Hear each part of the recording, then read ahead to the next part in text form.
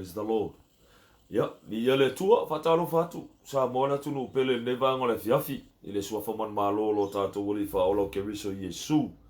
Praise God. Vi yale tua ufa penao na to mo fo isi fa poponga. Mo tato felo inga fo I. Me tu sai fo mo Nepal kalame tu sao. Mo lo fa pengao nga lwatu I fo nei live stream. Ilunga fo a upenga so ta inga ya po lunga fo al Facebook.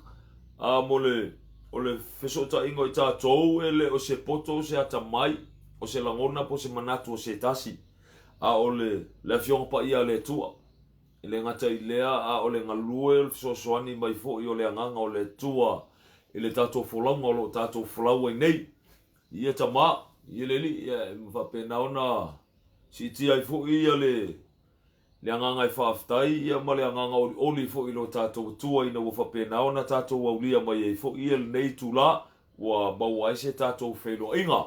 Praise God, ia bea I fo ia we whai fo masui o sio mātou ministry o Christ Crucified Ministries. E whapena ona whawheloa ia tu ia te otou malawa, ma whatalofa tu ia te otou malawa. Ele sua whaman malolo tātou wali whaolo ke riso Yesu. Praise God, ia te langona a tātou tele ia luloa, ia ma whawawina ia le afu. Ia le whatalo whatu fo I sa mola tunu pele, le ngata I lea, ia o ta mauti nā usom tu whawhine. Ia o le aingo le whatu atua, ia muso se tasi o maua Nepal kalame. Ia matango fia tātou anga mo moino mo le tua. Ina ia whape nā ona me le ngata ina ia whawina tātou e le tua, o le ta iala o le tua ia te tātou, e le ngata I fo I lea. O se wha maulalo atu fo I o tātou loto I lumo o lo tātou atua. Praise God. To tule yo tātou loto I lumo o ia ma whape nao na ele ngata le whato ese atu ia te ia. Ia le whatonga I fo I o tātou loto. Praise the Lord. O le mea matau tia ma le matango fie fa mai ua matala le mesi sili o na pa ia. Tātou te ulfale atu ia I ona le mana o le toto I Yesu Keriso. Tātou te leo ono ni taulanga tātou te avea le mafuanga walai o ngā makala i le mesi sinong paia. Le ai, ele ungi au kako ngaruenga le mafuanga walai o ngā makala i le mesi sinong paia. Ele o skako poko, ele o statou watamai, ele o statou malosi. Praise the Lord. Ele o tātou le mafuanga walai o na matala i le mesi sinong paia. Ele ungi o tātou talitonunga, ele ungi o tātou lotu. Ele ungi o kako kofinga foi. Le mafuanga walai o ngā makala le mesi sinong paia. Walai o ngā makala le mesi sinong paia. O ngā le manatu mai o le atua le tangata. Inga ia whape ngā o na sauwha ngā le tangata i lona malo. Le ngata i lea, a inga ia whape ngā o na toi maua le lenga le tangata ma le atua. Praise God. A o le mana o le toto o Yesu Keriso. Walai o na matala le mesirisiri o ngā paia. Tātou te urufale iei. Kako kele urufale la iso kako ako akoanga. Kako kele urufale iso kako amiokongu. Kako kele urufale iso kako malosi. Kako kele urufale iso kako ngafa. Kako kele urufale o ngole alava se kasi o mea. Ai kako ke urufale o ngole fatua tua. O le fatua tua. Inga ua tupu le fatua tua. Inga ua whapenga o ngā kaulongolongo mai le upo le tua. Praise God. Inga ua whapenga o ngā kako whamaulalo. Talia, talitonu, mafatua tua suafa, o Keriso Yesu, via leli, o le matango fiela na. Praise the Almighty God. Le mafuanga walai o makala le mesisiri o paia, ma le awala inga ia whapenga i o ngā mawhai kako urufale kongo le mesisiri o paia. Tato te uru atu le fatua tua. Ia tama, ia leli. Ia si tia le tato fatua tua sa mole tunu pele. Ia uso mtu whawhine le aingon whatua tua. Ia la whapena na whaaleoina. Ia le tato talo ilu mo leli. Praise God. Tato wifo matalo tamale li ia whaftaitele mo le neava no matongo fie. Ua toe au lia mai e matou. Vi ia oi. Lord ai matou tele i aluloa. Ai matou tele i whatonga. Ai matou tele i autalaina ato o matou loto. Ia te oi waleva o na esila fia o matou loto. Ai au ia te matou na whato tuli o matou loto. Ia te oi lo matou atua. Fatu ese atua ia te oe. Lord whamolmole, whamangalo mai se seo e mātou walau whanau. Whamangalo se mea o na mātou sasia. Whamangalo se mea na mātou whatala lea. Whamangalo se mea na mātou whatu tuwai. Le ngata i lea whamangalo lo mātou atua i seanga. O sea mio na mātou so na whaia. Le ngata i lea o ni upo ni tala na mātou lafo ina lo mātou li. E le tu sai malau whafonga lo mātou atua. Lord whamolmole. Whamangalo mai a te mātou. Sa lunga le mana o lo toto Yesu, Lord whamolmole. Ia fufuluina, whata eleina, whilua ina ai le mawhauwhau ma le loto. Ina ia mwhai o natu ina atu i a te oe. Ia avea le mātou wola o le taulanga i pa ia, ma lie lo mātou atua. Te tau mono mea, mo lo lava vi inga le li, vi ia oe whamavau. Thank you Lord. Ta male li ietu ina atu fo i o mātou loto e forsia i a te oe. Ia ile mana whaau wala o fio whamolmole. Le ngata i fo i leo le amataleina o le mātou polo kalame o le nea fiafi. Loro le whaitu toa na e talaina. A to whaina lo mātou wali. Mo i mātou uma ina ia whapena o na anga mai ia te oe tama. Ele se coincidence ia te mātou le rie. But Lord o awala ia o la o fio o whapena o na whaan mai mo i mātou. Praise God o le manatu mai leo o ia te mātou. O le sa ili mai fo i leo o la o fio ia te mātou. Lord vi ia o e whavavau nisho i mātou ina uwha pēnau na tuitu i atu i ate oi. Nisho i mātou ina uwha pēnau na ole atu i ate oi. Nisho i mātou uwha pēnau na sa ili atu i ate oi lo mātou atua. Ia vi ia i oi whaftai tele ta mai lo tali talu. Vi ia la wafio leo noa ta maale amatali eino le mātou pol kalame, pol neifoi pol kalame. Tu inatu lea tau tai oi. Whatonu wala oi. A oa o mai oi, a oa i mai oi. Whatonu mai oi, ma whapoto i mātou iala o le ami o tonu. Mai a te oelo mātou atua. Ina i whapenau na whatofu i mātou ni mātango fio la upu. Whata ele ia ina i mātou. Ia utufia ina i mātou. Whawhanga ia ina i mātou. Ina i whapenau na tu mau i mātou le ola whapa. Ia ina moe. Ola i mātou le li e ana i a te oi. Ola i mātou le li e whapenau na matau i a te oelo mātou atua. Ia vi ia i lava la wafio le ngata i lea. O ani la nga oso le li i a te mātou le mātou wola i le aso ma le aso. Lord tu na tu le la wo fio fatanga oe le te ubine e te whapena na sala i seina le li e nei la noso ina ia atilo na fua mai no mato wola bolo lava vi inga taita ia te mato lo fa uma mana ia mato uma uma nei pol kalame tuina atu le ia te o te tala le mātou whaalongo te tala i o mātou loto. Le ngata i lea whanganaina le li ia whaate pataula i mātou le mtau por sa tau. Whaate pataula i mātou le li ia le meolo mai moa mai ai oi.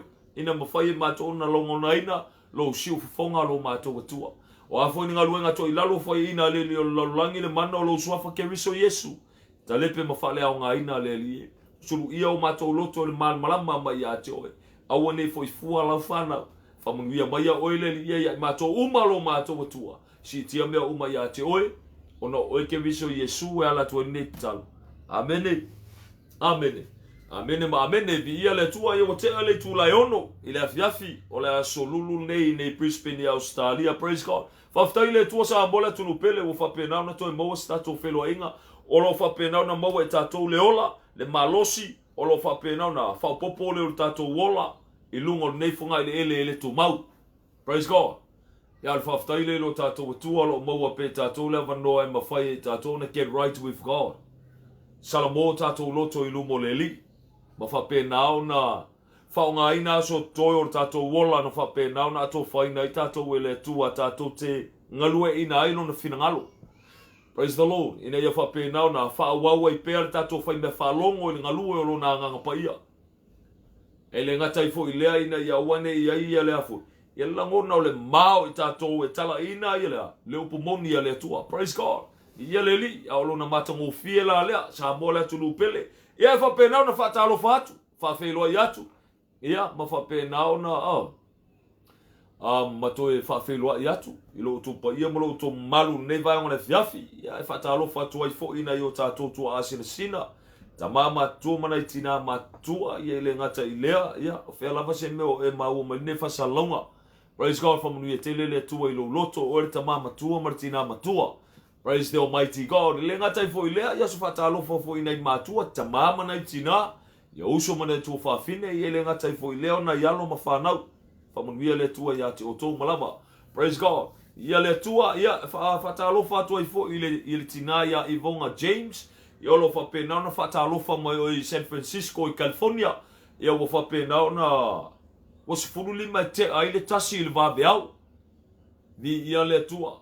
Ia wa maua mai lava ne whasalaunga ia. O maa koula ia o le whaftaira le i le tua lea fiafi mātou. Ia e malo lava le omsa i malo lava pale ia te otou nai tulangi. Praise God.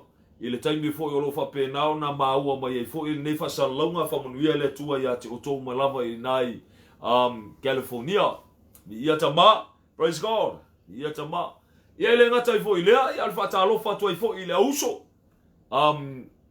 Ia la tō whapenau na maua ni ia tatou whasalaunga le sunga i le awa o fo i New Zealand ma le mawhtanga. Ia le ngata i fo i lea sunga ti a kono ma le mawhtanga i Samoa. Praise God. Ia. O ngā koe pi amala ia leo kako whakalofa whatalofa atu fo i nei sunga i whawhiangainga mo la tō whatua.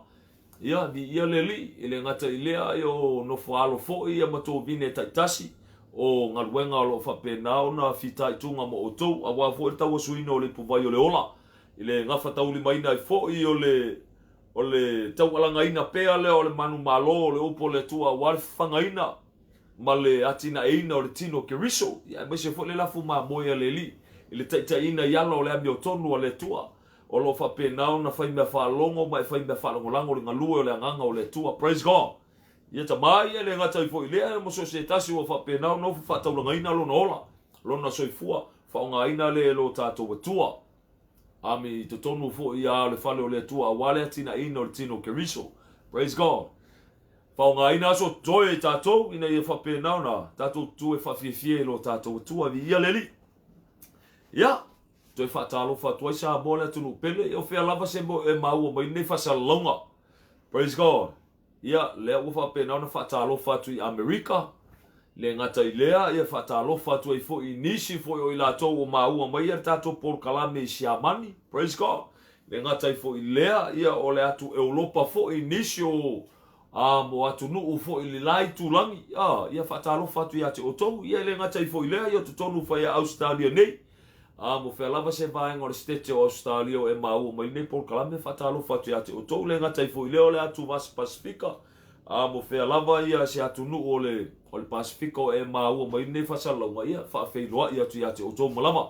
Praise God, ele ngatai foi le ya sio tato tunu pelo Samoa.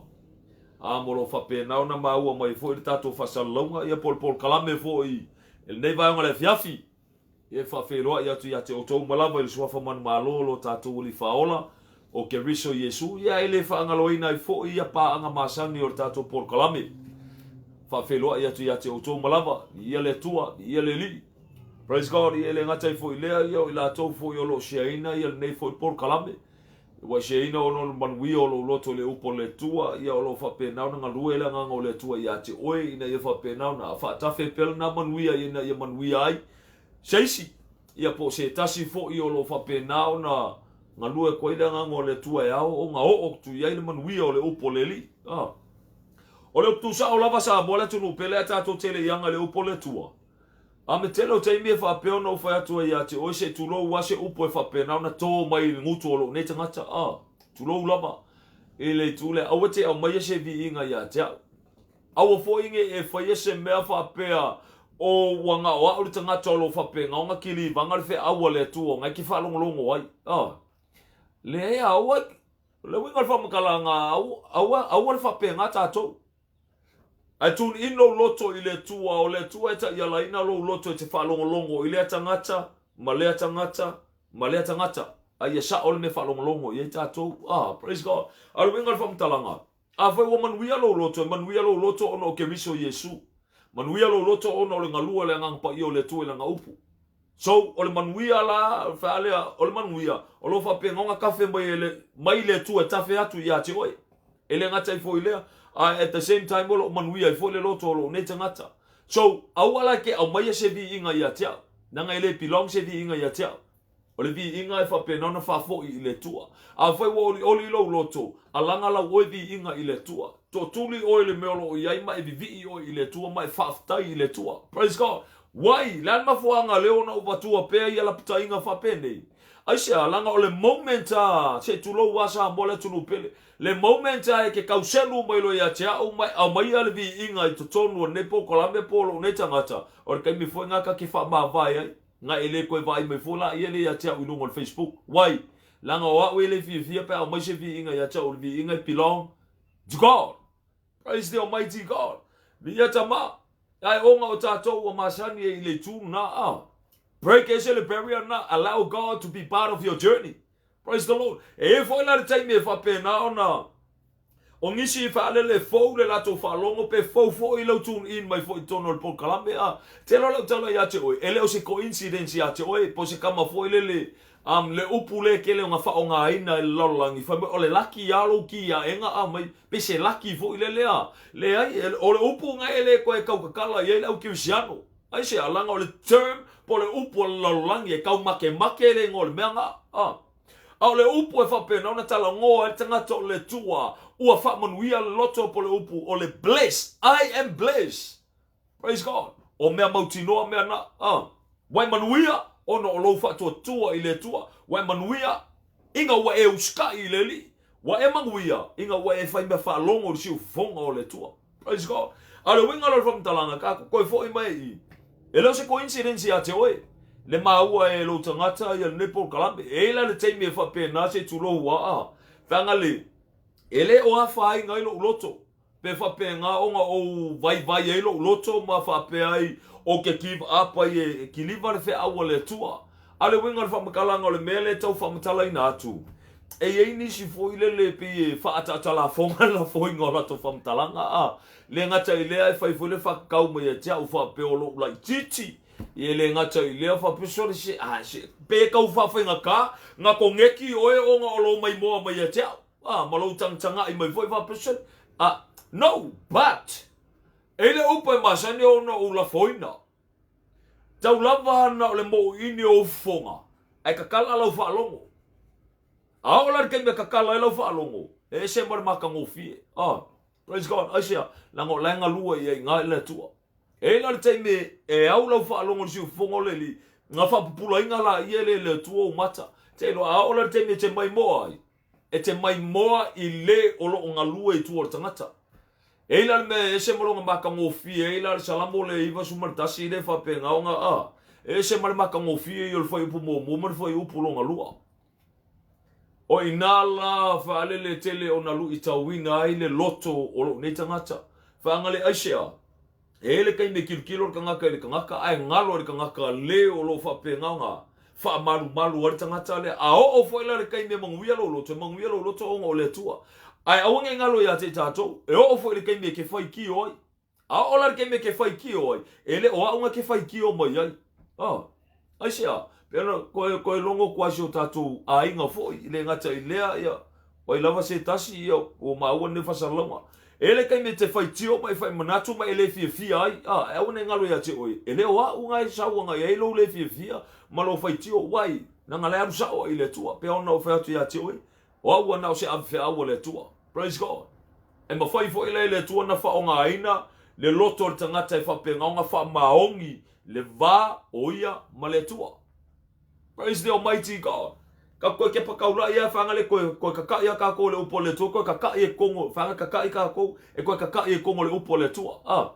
Kai mi whea o wholau mai fo ia whanaunga Israelu ia pori saunga mai whea amale amakanga. Nga whaonga inga i le tua ia mo mea ta o ave wheau. Ia kai mi la ngā whakamu e mele o le au perfect langa ngā whala male avenga o le wheau i le ngakta i na, ma nisio i la tou sa whapenga alolo fa mongia i le tua sa whapenga whaonga aina i le tua.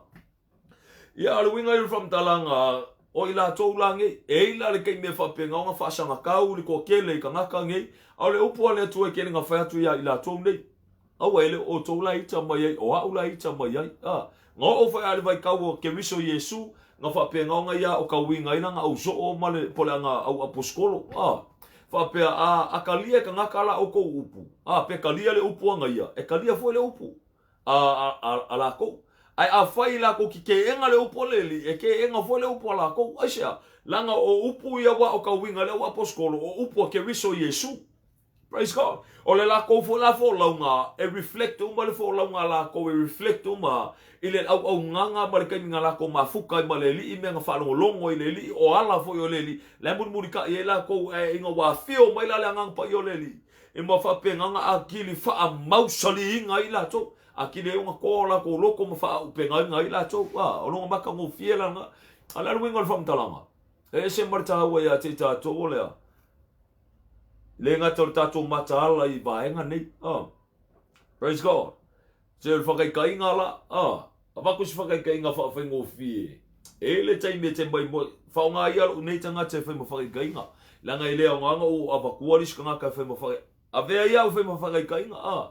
E le ke me ke mai moa mai ai. E la ngonga lo oli malo whaftai i le tua. Fo i le ngisio. Por kalame pe ala kungi. Kwa manguia ia lo loko.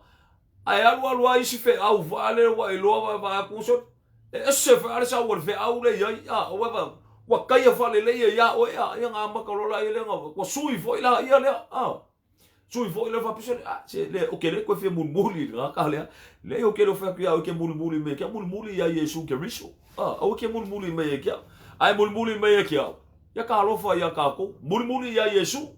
Praise the Lord. Ai ese ala molong baka ngofie ese ala nga e au ia ile o ka wingo le upo le tua. Mulmuli ka ngaka ngake i loa la e ola fale nganga. Ka ngaka fo o le mulmuli ya ke riso Yesu pipi ila ia le i ngal tangata na. Vi ia tama ia ele ngaka ile. Au ke pipi i ka ngaka ka ulava ngal swafo Yesu la ya la ka uila muku. Praise God. No. Ai e mulmulta i tangata ile ngaka o la ka kingo le swafo Yesu ke riso. Ala fo i ola kusa fo ya.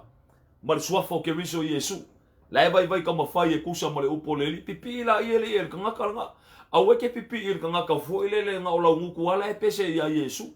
Ia e ke vai o kui fo le olanga. E se hafu o le olanga o lai ai. Ta ma fo ilele ka ia oi o le fale pinko. Ka ia oi o le fale kalapu. Ka ia oi le ngunga la e fai fea. E kalangoa mai fai o Yesu. Ia e umanga e se a pese le fa longo ai. E ke alaku o ko inga me fa pe awala ke pipi ai fa mea alo ese mai ai mai sola ese mai me kanga ka fa pe nga asia nanga ke le ola fa le nga ai. Praise the Lord. E alfa kai nga ile tua vi ia le li ia fa nga le nga se ko pi ya maku ia se ko fangu ia ma se to fa na tua tu foi isi o tatu ai nga ne vai ngole fiafi. Praise the Almighty God langa ia we fo ia le afo ia le E au fo ia ia kau kalanga la apostolo Paulo, a famole apostolo Paulo, whakaika mai a kia. Langa wa ulu whakaika i a Keriso Yesu. So i tātou lai vai tama whai tātou inu mo leli. Ai tātou te ola ina ia whapenana. A jivi al mea nai whetalai mai ele tua i a te tātou. E au na tātou whiolai. Ka ko ngā lue, o whai arke nipe a ka ko ngā lue. A ka ko ngā lue ko ngore ngā lue ngā le tua. Au e ke whiungo via, au e ke ko mumu le whai ngore ngā lue ngā le li. Au e ke whai mai wa ele la vā pe ua whapengau ngā le so kaimi. Ale kele i ora kaimi a kako, ale me o kupu i a kako, wa kako le whai atu i le tu e whasafua whale le ngalue ingo le kaimi. I ole mea me piko siri la leanga mali, e alunge ke whai ngaluenga. Ke whai ngaluenga le ngaluenga le su inga o lau kupe. E valu i kura ke whai ngaluenga ai. So ko kongola le valu i kulanga, kusa e fia. Pe ama le fiku i kula, pe fiku ma le afa i kula, lau kaimi whai ngaluenga, langa o lisi afa i kula o lau lunch. O le lunch la ngai le kokongia. A le categorize e kokongo le valu i kula. Let's spend oi o le whalwhenga luenga. Ai koe ngofolo la mai koe ke pakaula i le ngaluenga le tua. Ngai koe fisiri la ia lea. E valu i kula so kai me spend i le ngaluenga le li. Niso kako e whapeo ngā whainga le whamkalanga fo i lea. Wa kakia ngaluenga. Awo mai e full time i le ngaluenga le tua.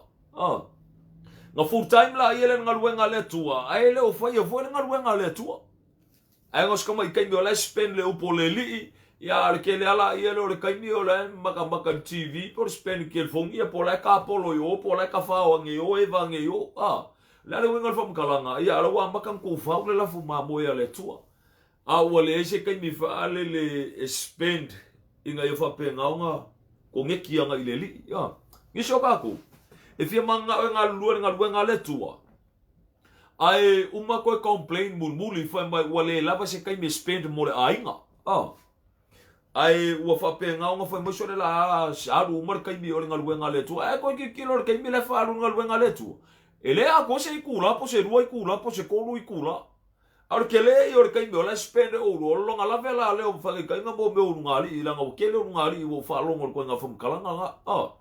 Fai mo le lava kai me spend al kamaro mar finge au kele kai me was spend i le ngaluenga le tua. A ko ngofola i le ma ko ki kilo wa blame ni ya le ngaluenga le tua. A e ko ngofola ma ko ki kilo le olanga ola o le fale. Ele ka ngo le si le si. Ya la maka le si ki vi ala ka ko le si maka la ngelfo.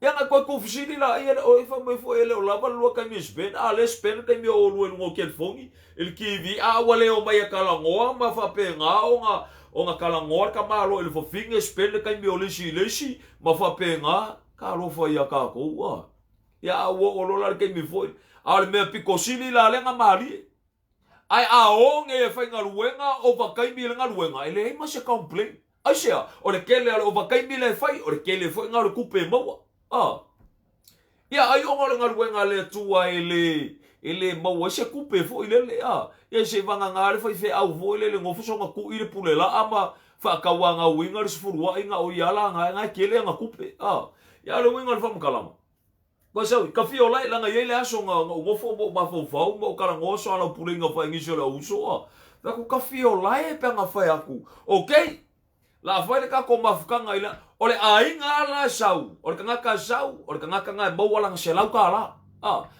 o lo turn up se lau ka la ba ku mawe e longa o winga so mai le au so e lo inga o lisi a inga a fai e ko a se furu kolu pe se furu whaka nga ko le a inga lai ai e o mama o mo ka ko o mo ne roku o le ka ko o ma o le kele whanga o ka ko kupe mo te whau kai ai ia ngore ma ave ma le a inga ngofo pa o le mele ngofo o le whakarikali o le kai mila roko ia lau se lau ka la ko fiar ko a inga ia ko lua se furu ma ko a inga ia ka ula ko lua se furu ia nga whakele le se lau ka la longa winga lua afe al mele ainga le baua inga le ia po e kasi ele a ko fo se ko lu pe fai ni kula pe nga se kasi se kula si fa u ka le me wala a maka nga pride play ka le sia ka lo fa le mentality o le mafo forward tanga po le me ole ko kongo le mafo forward ngaka ai uma foi mas o que ele foi le kai mi walu nga luenga le tua e wa kele foi le kai mi walu ai wale so kai mi ke fia kala ngoa mai ai wale se kai mi ka ke mafuka ai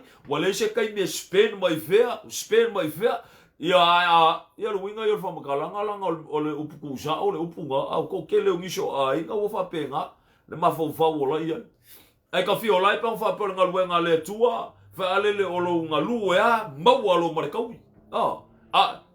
ko anga alu al fa le li ko anga alu le loku alu yo au ke pore ke va be mai spelo ka mi o le fa le li o le kele o lo ka mi spelo fa le li o kele fo nga lo kele o ka ko kupe ma au ke va be mai fa alu yo ka ma fo ile le aka ka usau le fa ko alu yo o manga fo i mai ko alu yo kuli aku yo kuli ange yo aisia yo nga o kupe ngai paula ngal me attract yo ka ko loko ka lo fa ya ka ko ai lo ka ko mo fo ya le winga fam kalanga ese malona taua tele ya te tato le o le fatanga ina le tua inga ia fa safua le leia ya le kaimia ka ko elis kaimia ka ko e alu se ser kaimia ka ko o nga kaimi mai mau rola ia le nga ya le fanga le e o fo i ya tato se tulo e o fo ia te vai o mo fa kai nga praise God le winga fam kalanga. And not only alur kaimi fanga le spele kaimi ile upo le tua spele kaimi kilivar fe au le tua ia langa o fo e failo ko rua la le kiu ke o failo ko rua spele kaimi o mo ko rua o fo o ka mai la fanga u se tu rua spele fo kaimi o alu se fanga ile nga ka fo nga ia o fo o le fe o la ma ku ia spend foi lo kai me fa penga ia o ngala se kulo wa sa bola tu pele o ngala so kingale ma ko ke ia i le ma ko fa le kai mirnge ia wo koi malanga so ka mai sa bo inga wo mo wala ba ngole nga sa wole va a mo sa bo la wo koi malanga ila so ka mai sa bo ia sa ma ko fa mo ku fa ka si mo ma ku nge so ia la fa foi anga wenga nga ia le nga kala nga ia fangale ai for kai mo kai ka la spend fo ia langa o le fo ima ke mo so uso la kiki ele kai mila le vale le ia ole momolinga le kai au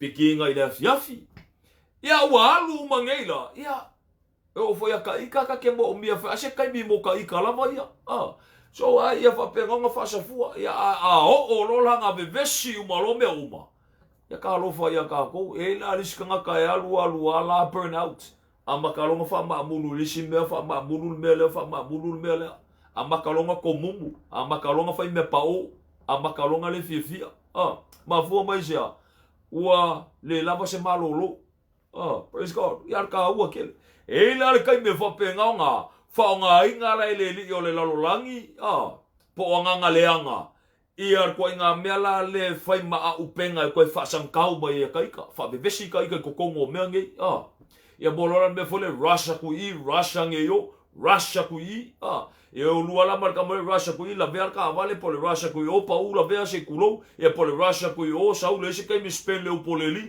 sa u le se kai mi spend ma le tua sa u le se kai mi spend ma ko u le se kai mi spend ma fanga ia wo o ku nge la kai mi o le afa penga mo spend ma kai ka ia ko ki kilo ku kai mi wa le vale ia wo sa u le lava e ko fa embarca nga kai fi ko fi ko so kai ko ka le fi ka la ngo jis praise God. Ala winga la from kalama. E se malonga maka ngo fie. Pe a ola ke me fa penga ku inga ku ka ko kai mi le tu e fa sa fu ele tu ka ko kai mi. Pe la yela ke mi le nga lo lockdown nga lu nge ke mi nge ke la nga ia sis ke ko ko nge auskari o lo fa penga o fa nga mi lockdown. Ale wa maka ngo kala mali o ngol fa ma ile ya lu nge ke mi nge o inga nga ko au mai ya ka ko reflect fa le le ka ko nga ile tu e se mo ma ka kia ngi so ka ko complain le fa ma ile fa mingi so ka ko me mai sa ka me ya sa ka ngi fa mingi so me mai le tu fa mai li so me mai i o me senga o le me ale winga fa mo kalanga fa me le upo le tu e on ka ko fa ka ya ko ile tu e me o malava e a vea foi la fa mai nge wo shut down no mai me close down no mai me a lava se ke mi mo o e fa pe nga reflect ai oi. Praise God. Inga le nga ka inga i fa penga nga ko ave o se fale a onga ke le mo oi me uma sa fa penga nga o sa fa solo a ko i lu langa be se o o ka ka loku ka ko nge o loku ka mo fa le alu le loku fa nga le ka ke pa ka ula i lo ke me o le loku ia alu le loku a fa nga inga o le o fa pese alu lo ka mi le o fa pese a fai o le lo ko finga ia fai mafkanga le nga lue alu lo kai milinga ko la vel mafkanga kama ko alu lo kai milinga la ve o mafkanga kinga alu lo kai milinga o el peles kenga le al mafkanga e ko ia nga a o ele fa mo nga o le mei ia o foi lo nga luenga o la le winga lo from kalanga o kele o me pisi e ka ko ia alfa fkai le tua nga shutdown uma me uma ai se ko reflector ka ngaka o ila e se la longa maka ngo fil ka ka sa o me ka ula ele loko reflector nga ile tua o nga ko ia o ka winga la ia se ala nga o fale a nga uma me uma ile o langa o ka ko marka ku samaringa le ala wa maka lang ko maka kala ba ia la me ai avea o se me fa pengonga o ka winga ila ia lo tato ai lo ko nga me fo ile lo la fo la ko alu fa pole alu le pulu afi fo ile le nga le alu aku le empty ia nga empty male la sa alu aku le so ako o ilisa sa le ke empty ia nga ola makuku wala ia le ia kama fil ko koso me ala ia le la makanga o kausanga e ko fai ele ngi yaso ia fai nga fa penga ngo ki fa le nga le makanga o kausanga se wa ka kaunga ola fa le nga o ke miringi praise god ia o ka mi foi la nga ola le kelo le mawafo fa malo si lungo le facebook wa ko makarkala kele mo afo foi fe au foi o mai lungo le facebook o ilanga wa ka ila ni so kai langa fa pe ko fisili fa pe or kai mi foi le ai o fa malo se o pokache kuro wa o le live nga amba ka mer kausanga le nga ke yo ni so o ko la ko ke osu e lungo le youtube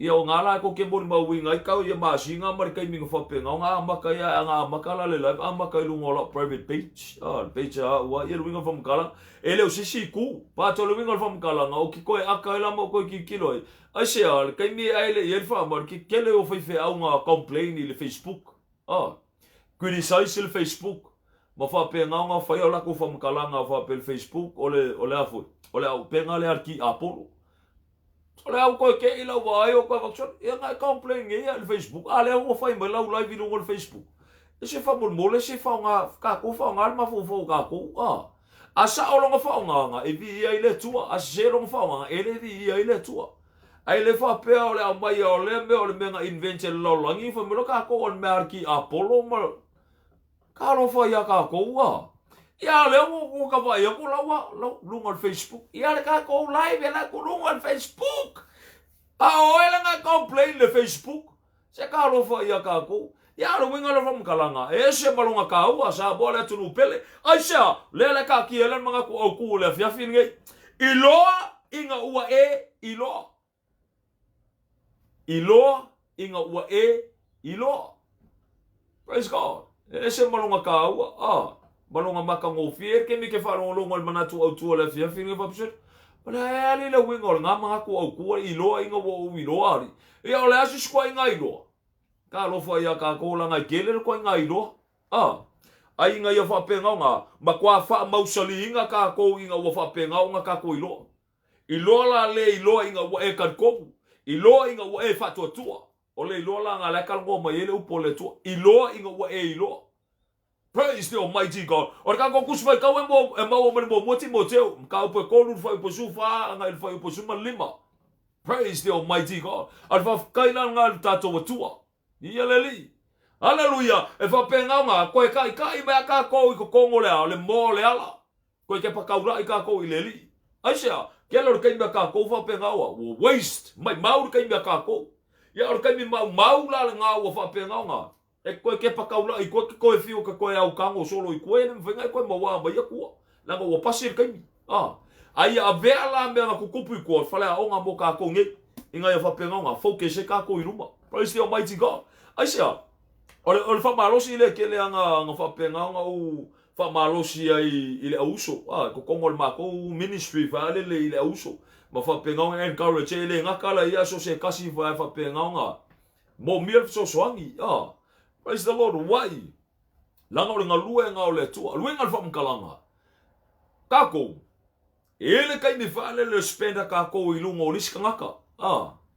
Nga koe ki kilola ia le kangaka lea. Le ke leo lo kai mi mau i lunga o kangaka lea. Au kangaka lea. Ele aia mase ngau o longa loko ina. Ile upo le tua. O ele ke kau mawhai se sau. Ia lela ulaku. Lela ulaku. Ia leo ke whaalongo. Ai leo whaalongo.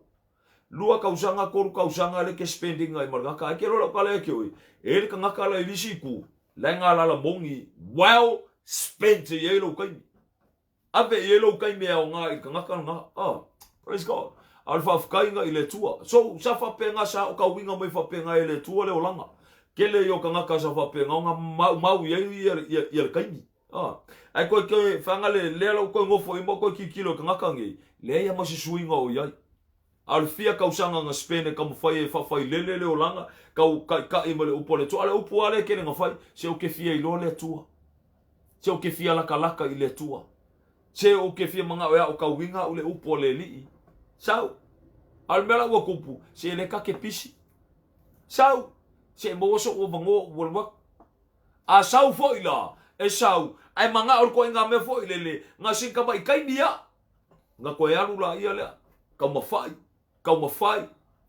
ai ke lo ya wi fa ka o ko le li e nga mo fa penga nga sau ne matai ko ko mo le fangua mo fa penga nga ka wa ku ile la au wa fia ai ngai fu le la au va wo ole vai ka we au nga fu ile la au ole fu ile la au fa ya ku lo le nga lua fangua ke pi la lo ko ila lo mai ma ele a fa ba ka la le fangua fa bai matai ko mai anga ka usanga se lua se ko pu e a vai no ele ai ya ole a ku ro ila ka lo fa ya ka ko so ele ko nga me fa penga ku aku yai ai umba enga o mau wa ko ya lo kai mi ar ka ngaka le lisiku la sa ili le tu la ngala la mongi lo ngalo ko ile li anga fa penga spend ir ngaka le praise God ar kai mi la fa ngale ko au mai la nga saura ile le ngaka le nga va ya kula ia le ke lo ko ka ngaka de ngala le ngau le lo ko ma fa penga nga fi pi ai sa pi ile li la nga ye fu va ai o ka ngaka fa penga le kangaka e foi mai fia la kalaka ile li nga ola nguku e fia la kalaka o nga ya kama foi ile ke fia manga e fa pepe nga ya si ilunga ke la kusau si ilunga fa fuaka mai ya o male ya nga fa fuaka la me la fa ye ka lo fa ya ka ko wa e ke me ko rebuke fa le ya praise the almighty God don't waste my time praise the Lord I'd rather spend my time on someone else lai mo mia le nga la fa le nga ile tua ko kele ngi la ngi si fo ya mafukanga sa fa pe nga mako mafuka ale puanga ku sa o ye don't waste my time praise God why my time is precious e ta wor time ya ni ya le li or kai mi ka ika la spend life fa ka mo ele tua e la kai me a winga me ele tua wi a ke o ya oi fa ye fa unga are you on board or off board are you here yes or no no see you later. Okay, the door is open. Ciao, feel free. Go feel free. Praise God. Langa tahu tele sa mola tunu pele. Di ia le tua. O mea nge ole o ka winga ila. Le ola fa le ngango kako. Praise God. Asia kako kele lo le sinima mingu ke o kako wola. Ele lo e kako ele currency e kako pe ko e uni aku ngange pe ko e uni ka yau. Praise God. Ar kai milngai time is so precious. Ole bango fa auro ole bango le au maua. Aka ko maua lo take it. Don't take it for granted. Grasp it. Makwa opor kai milo ka ko yai. Maka ko kilo po fel me ka ko ke ola maua ka ko le ola. Dia le tua. Ese maro maka ngofie. Dia tama bo moti motion ka po kolu. Ar fa u posuma fa se fa ngata mal fa u posuma lima. Ese maro maka ngofie. Laka ko anga fa ka winga la fion pa ia le tua. Hallelujah! Praise the Almighty God. Usila fa fongo la ufata winga. Pamala upo l'apostolo Paulo o te tusi atu ia mea ia te oe. O lo fa moe moe au o te vabe anu atu ia te oe. Ai a fai o te tua ia tu ia e loa haila wa amio e tatau ile fale o le tua. O le kalesia le tua soifua. O le pautufo ilea. Ma le lango lango. O le upumoni. Praise God. Ni ia le tua. Iloa ina ua e iloa. Praise the Almighty God. Iloa ina ua e iloa. Manatu au tuna o tato mo ne fiafi. O ne fo itula. Holy Spirit, come and lead us. Fano file mu ya te matou e tai matou i la upu moni fatofu i matou le matou tia o la upu. Tai matou le suamalia o la upu. Sasa mai oe, mai a oai mai oe. Ne ngata le fufangu ya te matou. Praise God. to be serious, mo lawa fio, to get right with you, be real before you. Le ngata ilea ina ifa pena na solo ia ilalo papa maa lo fa pena nga vea ma puno I mato malawa fio fa uma mana oi lunga ya mato uma. Ai mese lo me fenga ruenga fa tau va feta lai oi lo mato wali. We are nothing without you. Praise the Almighty God. Tamao mato talo letu inatu ya joy. We have to get right with you, O Lord. Mi ia o lo mato watua. Fa ftaitele lo mato wali I mo la upu. Fa fetai mo la upu o fa angangaina mo I mato. Talai o mato loto su e ya te oe fa malama o mato loto. Lord fa mo sunu I le mato ngo fie. O lau pelu o lo malama lo mato wali. Mi ia o lo mato watua. Ono oe ke riso Yesu. E ala tuani nei talo. Amene. Amene. Amene ma amene. Vi ia le tua. Iloa ina wa e iloa. Leu fa malose al apostolo Paulo no fa penana avelo Natali. Fale angango Timoteo. Praise the Almighty God. A ese malonga makango fia fa mai. O te tusi atu nei mea ia te oe na unau lo loto. O te fia ma mea o atu ia te oe. Maka mo fia I o kuskusinga la apostolo Paulo nga fa pengaunga au mai e fa mangaku ia Timoteo. I le faiva ua fa pengaunga ako fainga I le tua. I a tangata neo Timoteo e ao o nga ia faia. Praise God. E se morong makaukia. Sa mole atu no pele. Au le fe au lo fa pengaunga. A fe fe I le tua mo oi ma. Ka pengaunga I le tua mo oi ma. A le laua fa pengaunga. Susu e le tua. Inga ia fa pengaunga koe fa kepa kaula I e ta ua. E le fau se ka ua fa longo. Praise God. Tell out me fa penona fa mana to sa bola to no pele. Ele fo se ta ua fa longo. Ngisho ka ko nga fa longo fo ngisho o nga po ngisho fo fe au po ngisho fo fa la uma. E la uma I fo. Au le o pole tu fo wale o pole tua. I te mi uma so uma. Praise God. A o ma ta ur talo ta wolo te fa tanga ye le tu tonu ya te taua. Ni ya tamba. Ano ka mo fia I o le mea nga fa penga o nga koe fa mangako la apostolo Paulo ke lo aka koe fo I mangen makaupu mua lua ma amakanga o makaupu koulu makau kia I o kuskusinga la apostolo Paulo o fa penga o nga kuinga ku ya Timoteo o mea ngenga o kusia koe ya ke o kou ya ke oi fa mangako ku ya ke oi inga ia fa penga o nga ia e loa la wa mio I to tonu o le fale o le tua le amio oi inga ia I loa obtain lo wa mio I kokongo o le fale o le li. Praise the Almighty God. Ese bolonga makaukia. Sa mole tunu pele. Ave ese la Timoteo e ku ye ka ue konginga. Se yo ka mai se yo ka se vai o Timoteo. Ai fa penga mai le upo le tu e fangu mai a te oi ma. Praise God. Wa mai le me ka ue kongo falo le tu. Wa mai ka ue kongo ngalwenga le tu. Oa mai ka ua I kuskusinga le fionga pa ia le li. Wa au mai a ke ka ua e fangu e taua. Praise God. Oa mai ka ua.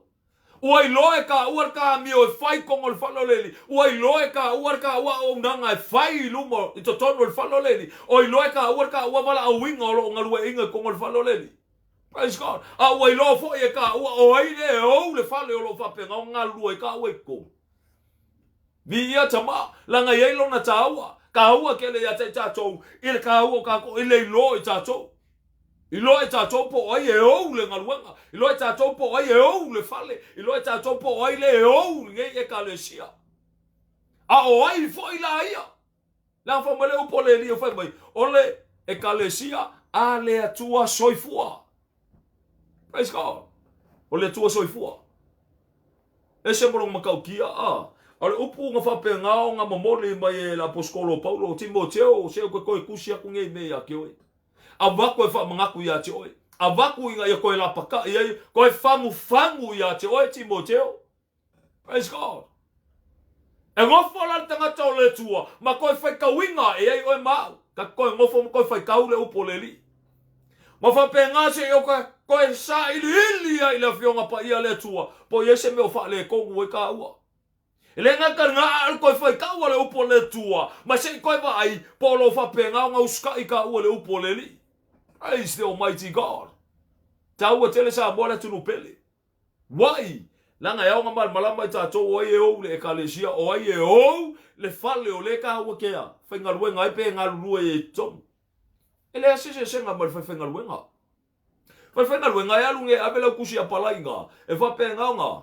alua ko I kongo nga ia nga umalola ia le fa singola I pe fa tonu o fair department ke alu I kongo le fenga luenga po kongo le officer po kongo le warehouse o fe lava po le avka vale ia ko logistics ia me le receiving po me le dispatch ele nga ka fo nga ia po lunga fo ia le follow ia po lunga le lifi ia po lunga le lavo ia ma kwa ka lo lifi ese ko nga lifi me le counterbalance ka lo fo ia ka ko me o le reach ele nga ka nga ia o me le cherry picking ia pa fa o picking ia o le avo ele ko nga ngaluenga o le ngalue inga ku kongo ngai factory ia avo o kama vo le me ka process ai meat ia esel me el production esel me o le ia le lainga fo ale Kalo fo ia ka ngala kule esel me ele au packing esel me ele au palletizing ia esel me ole ele au kilipa Praise the Almighty God ai ui o ngai mau fio tu mai le kongi ave a specifica kongi nga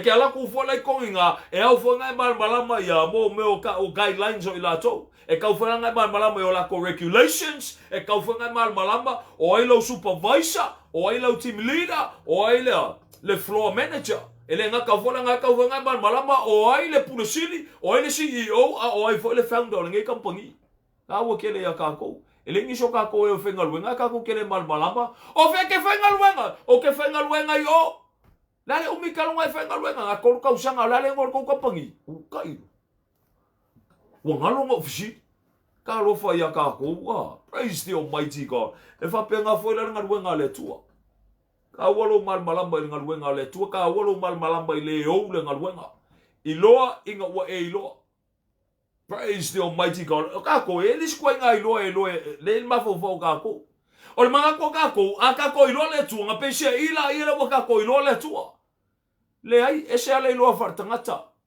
ese ale o ka wingo ka ko le poko le kangaka ese ale o ka wingo me ka ku karinga ya ke ka ko mal malamba ke iloa e fa penga umal menga ku por tangata ne yopu Papa le opor kau ki ngongal ka ngaka nge o le opu fa bai leli ie nga o iloa o ele fa longo karinga ai peka yange inga o pupula o maka o le mata ngofie maka ngofie o inga o fa makalanga fa bai o le wonderful longo winga siri ese le mo fa yo fa makalainga ai ese al belenga fa longo ye o karinga le describe le fa longo o karinga describe pingo o le langa o nga yake o e kusa ma le fa longo o karinga le mafuanga le nga ofisili o yake o le ke kalime ke e fu le fa longo o karinga kalo fo ya ka ko o le loanga ke lo mai o ngola ka o mai ai o la ke mi ka ko ke fa ka ngai ngai le to Lord please speak to my heart Fetalai mai oi, fa pula yo maka senga yo va ai atu ya che oi senga yo I loa o ele ali I loa inga wo fa pula inga ele li taua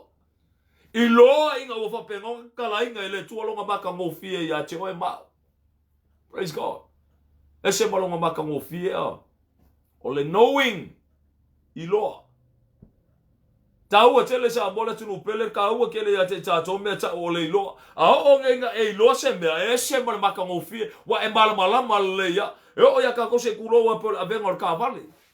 Fa foenga o sa. Kako, ele asiso kako uma ilo ave. Ngalo oso e konga ka vale fa maulo fuspa fa ola lo ka vale alu lo mare ako.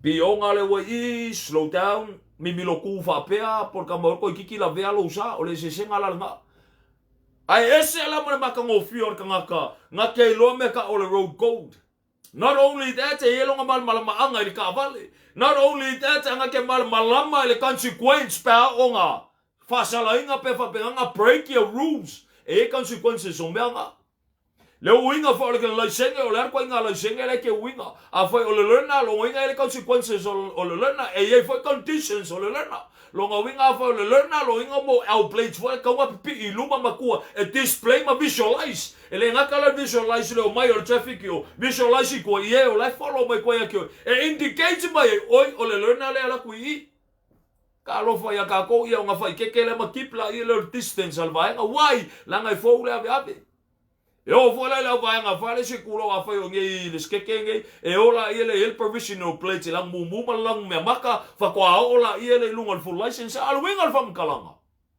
ta wa tele ya ta to le nga ka lo mal malama a inga wa e lo praise God A ola ke me ke fa fo inga ele sa malo ilo malo mal malama anga lo wa yai nga wa o ka winga oe ma e lo le ya condition so lo ye ko kongo ka line so le me male me e se mal fengo fie ke abide fo e ala ku so mal kula fo. Praise God. Fa pe nga fo nga wenga le tua. Al makau kia e o upu ala apostolo o Paulo nga fai a Timoteo. Timoteo. Ngau lo ko ke fia va be o aku ya te oe. Ai a fai e kuwaila wala ku ya te oe. Ia e loa la wa mio. E ta tau wai i to tono le fale o le tua. Ia e loa la wa mio. Praise God. Awa ke fa boy mo se longo ke ia nga fa ko ai loa la ia le o enga lu inga la wa mio ko fia ngi so ka ko fa pena. Ko fia ngi so ka ko le fa mo i lis ka nga inga ia fa pena nga. U ale o lo lima kai oi le fa ngo le mele ma le mele i le mele ka lo fa ia ka ko wa. Praise the Almighty God. Kalo fa ya ka ko ma fu ma isia. Langa kele ilo, e kele ilo lo watua, e kele mal malama ile melo engalu ai. Melanga lenga complain e ni shoka ko ko le ekalesia. Ke foi me pa o ma foi me ko mumu e ko nga asia. Langa kele ilo, e kele ilo la wa mi o kele ilo oi ko le fa le tua. E kele o mal malama po o ai oi ko wi, e kele mal malama o le ale va o e mal tua. E kele o mal malama foi o ai le tua ya te o e kele o mal malama. Melanga lenga e komumu e kongo le ngaluenga le tua. Melanga lenga e give up kongo le ngaluenga le tua. Melanga lenga e musu kongo le ngaluenga le tua. Mel foi la nga lenga komumu oi oi maya. Keep away mai ngaluenga le tua poko kongo le falo le tua. Mafua maisha olo le mal malama. Olo le lo obtain yourself in the house of God. Why? Ele mal malama oi le va oi ma oi e kongo le ngaluenga le tua le va oi ma le tua. Praise God. E kele o mal malama, e kele o ilo. Ai nga fa be e ke ilo. Praise God. O makau kia la le sa bola tunu pele. O longa makau kia la le. Ai sia o ngalua inga le tua. E ngalu lue as a family, e ngalu lue o le ainga. Me nga le ka o le ainga o le fatu tua. E fa lango le fa ngalu, e fa lango lango le kasi. Fa ka inga ka ko wa inga mo me ngo fika kau. Me ngo fika kau. A o ngir kai me o ele kaua. Ele popola fika ya keia. E ngofo le fika, ma take care le fika le no ngai kuka makau. Ko take care le fika le no ngai kuang kau ngavale. E fa pe ngala ngalu luo me ngau fika. E fa pe nga. E pui ngai fika le kuang ngavale. Ko pui e fika le kuka makau. A oia, la ia foi langa trust. O la pola pui ngai e langkamba le I, malangkamba le I. So e work fa pe ngala ko. La e o ma mo kingo, okay? Le was fa mai o le lila la kili la kama kili lo oi. E fa penga ko ngol wenga le tu e fela ngolango ma I fa penga ngal wenga le tu. E oi nga esa ku kingo. Al ma ka ki ala ngalu ai ngol fa to tu. Ele fela ngolango ma I o le kasi ai ngalu e fa kasi. Praise the Almighty God. Ai lenga ngalu e fa kasi o le ma walungo le o lo fa penga nga. Ka ua ma le o le ekalesia. O ia nga, praise God. Le nga kala nga awa ye lo nga fa penga nga kai inga. Makai lo ye malanga upo fa penga nga fa fola wa. Le nga kai fo ila nga o ia male o lo fa penga nga ako fa inga le ni e fa penga nga kai inga ma fa fola winga. Ka ma fola fa kongkong. Okay, le kula. Praise the Almighty God. Ese malanga ka wa sa bola tunupel. Praise the Lord. Ar taua foi la le ia te tatou ia au ka ko ke pakaula inge ku kongo le kelo loku kai mingi. Wa ye fe vai inga. Wa ye masenga. Wa ye misa anga e fai ku kongo. Ngise fusu fai fe au ma isi ka ngaka le au loku wa fusu. Ia oisi wa ku ko ilonga le au loku ke vai fa ala lo vale le fai fe au. Na ko fisili la ia le ka ape fa pe ngartino ke viso. Praise the Almighty God. Ele ka ape fa penga. Ngai koe fesili la ia lea. O malmalama la kou i le meo lo iai lako. O lako malmalama le ou le kalesia. No. Ele o malmalama ai. Anga fai e malmalama ele se misa. Anga fai e malmalama ele se komumu. Anga fai e malmalama ele palau vale. Anga fai e malmalama ele yang sala. Praise God. Eliminate se uma me uma nga. Aisea. Inga yo fa penga nga. Liu walo ange fa penga nga ku e fa fia lo lato watua. Praise the Almighty God. Lala nga se kulo wa. e li si pese faivi inga le fa pea liu walo mai o ele li e la ke mi famele o polisi va le ku so le o pusa ola le o pese fo mai e fo mai alo wow se yo fa pale ya te oi la vi inga. Praise God. Ka lo fa ya ka ko wa o pole ke kaulangi o pole ke usuinga ilo watua o pole ke fa nge o pole ke fa vi ia ilo watua o pole ke fa penga si kia ilo watua le me wa kupu ele o mal malamba ka ko le tua nga ka lo fa ya ka ko e ke le o loa le tua nga ora o pala poskola o paulo fa manga ku ya Timoteo ya e loa la wa mi o ko ngol fale o le tua ma te tono le ekalesia o le ekalesia ale atua soifua o le tua soifua o le ekalesia ai uma fa me ele nga ka nga fa me o le pouku ma le lango o le pumongi. Praise God. O le pila o makau kia nga o le pila ma le foundation of the truth. Praise the Almighty God. O makau kia la nga o le me fa penga nga va ko challenge ka ko fa mangakua ko fa mangaku me ya te tato au nga ngalo ya te tato le makau kia yo kuskusi ngale au mai asia la nga le fa me fa longo ya leo nga fa penga nga ku inga ye le tua okay ko ku wa nga ka Timoteo mo ko kilo ya Paulo o ka ma fa le nga o e ke fa ilele lo o la fa le nga yes le o mo ma winga o ka nga ka le tua o e nga o winga mai le tua o lo fa penga ko nga ko le tua le vision ya te o le nga ka nga ale mo moli nga mai fo le o po o la ya makia e ya inga ya ma wa ma soli ya ke viso Yesu. Praise God. Al tanga tane Timoteo o fa fia al ka le al nga ka le kiki nga ka lo mo o fa fia ele nga ka la Timoteo fa penga fo Tito fa penga fo tuiko ka lo fa ya ka ko mangisho ila ko ngai o ka nga ka fa penga nga oli o la ko loko a o fa fe au ka nga ka ngai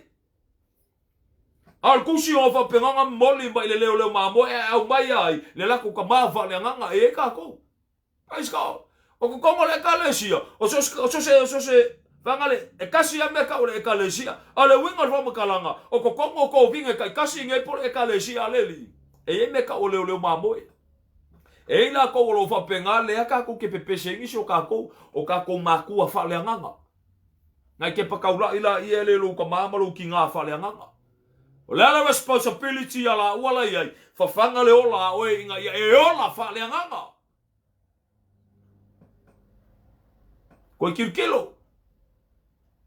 ko kirkilo fa le i lo inga wa e lo. Praise the Almighty God.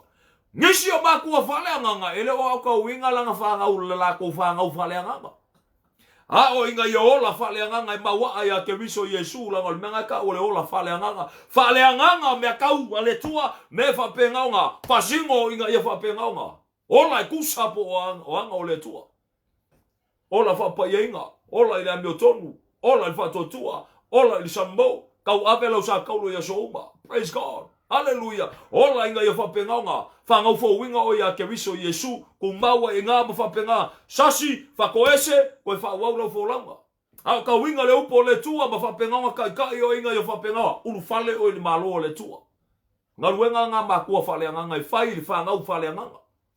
Praise the Almighty God. Ele ma fa ila onga fo la u fa le nga fa nga u ai pi o pa ma ku fa le nga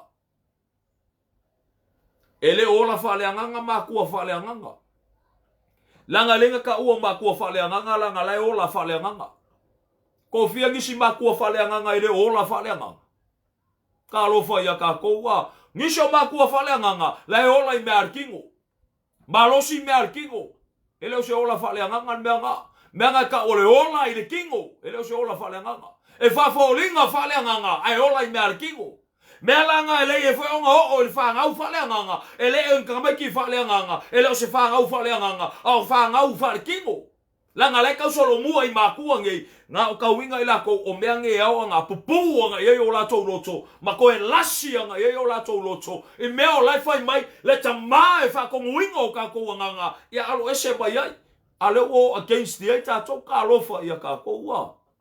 Praise the Almighty God. Wa le lo e ka ko asia wa ka ko le lo o ya wa ka ko le lo le to so fu waka ko le lo le hawa le ekalesia, waka ko le lo le pa o Israel, waka ko le lo sisiriese, waka ko le lo ka ko marua papa, ka lo fa ya ka ko waka ko le lo ka ko fa o kanga. Waka ko le lo le nga fa penga nga la veinga, ma fa penga nga seinga me ka ko ma seoli, waka ko le lo. Ele lo ka ko, anga fa nga ka ko i lo, waka ko piyama ya. Waka ko ska ia waka ko mulmulka ia ke ia se mangu ya ko lolo ata to loto te mi uma ia te ia. Praise God, se mangu ka kala lo fa longo ia te ia te mi uma se mangu ka ko fesili me ata ma fa mulmole o ia se va engo la upu o solia. Praise the Almighty God. E se balonga ka wa sa bola tunu pele. Praise God, ka wa kele ilo inga wa e ilo. Praise the Almighty God. Au ngisho makua fale anganga. Ele o au ka winga oi le ola fale anganga inga ye u fale le malo le tua. Hallelujah. E o mai pa o mamoe au luko fe ai. Aisha, o ye o upunga, ele ngi upo ke meke o upo fe kala inga ke miso Yesu. Ele nga ka nga anga ko e au ya ka kalanga la apostolo Paulo. Pa mai o ko e ami me ko inga mai o Efeso ami me ko inga se vem se kala ya la ko. La ufa ma vai la walu. Ai ele kai me o ke alu ai fa me kai me o ke alu ai e mangu mai kongu ya ke o ko me ka o luko fe ai. La ko e ka la ko ke le fa sa o inga le ekalesia. Po ka nga ko le ekalesia e fa ka pe ape la to. Praise God. E mangu mai kongu le ekalesia. Ai fa mal fa manatu o la apostolo Paulo va pe a Timoteo le fa fango o e ma o le fia filingi. E lo o e ma o le amio e fa e ka o kongu le fale o le tua. Praise God. O amele amio ka ko o fai kongo le fale o le tua soifua. Au le ekalesia o le tua. Sa ambola tunu pelo le tua ele urangia le tua. E pa ia le tua e mamalu o ia. E le masao ia te ia se mea fale matau. O la nguko ngiso ka ko e fame o le tua alofa. O le tua e fua. Al sili. O e ola e kusa ma le upo le tua. O e ku e ke fafifia i lo tua. O ngā wa i lo loto i le upumongi e le li. Inga ia fa pe ngā o fama mai inga yo ta o loto. Praise the Almighty God. Ka alofa ia ka ko ua. Au ngai ka maa whale anganga. Nga whapenga o ngā. Koe o ka uinga alo ngā kari whale anganga. Le koe kusi mai e ama koe whamangaku. Kei loa ka ko ifo ngai lunga le maka upo e koru e se mara maka ukia. O lo whapenga o ngā ka kia e mo me o whaiva e whapenga o ngā. O le makanga o le maka upo e koru. O ai se fia au sia le whaiva o le epikopo po le whaiva o le whaifea au. Qualification sila e au mai whola inga i e loa koe. Okay. Fo vai ala e a nga usi e oi e nga fa pengala i len koe vai koe mai mo apo os ka ka fa baong yo mo la i le fa uro e avem fai fe au ko fale o le tua ai a fai ala mo fai ya malolo e nga sal mo i no mo le tua ka lo fai ka ko wa ale mele wa ye ka ko fau ke lo o si roku ko ki nga fai fe au wa mele so fai ko wole ngi a wa o le enki a ko ka lo fo ya ka ko wa ka ma fo ya le wangu o ma ya o ele ai si la o fo fa un al fo fa assistant pasta o sinia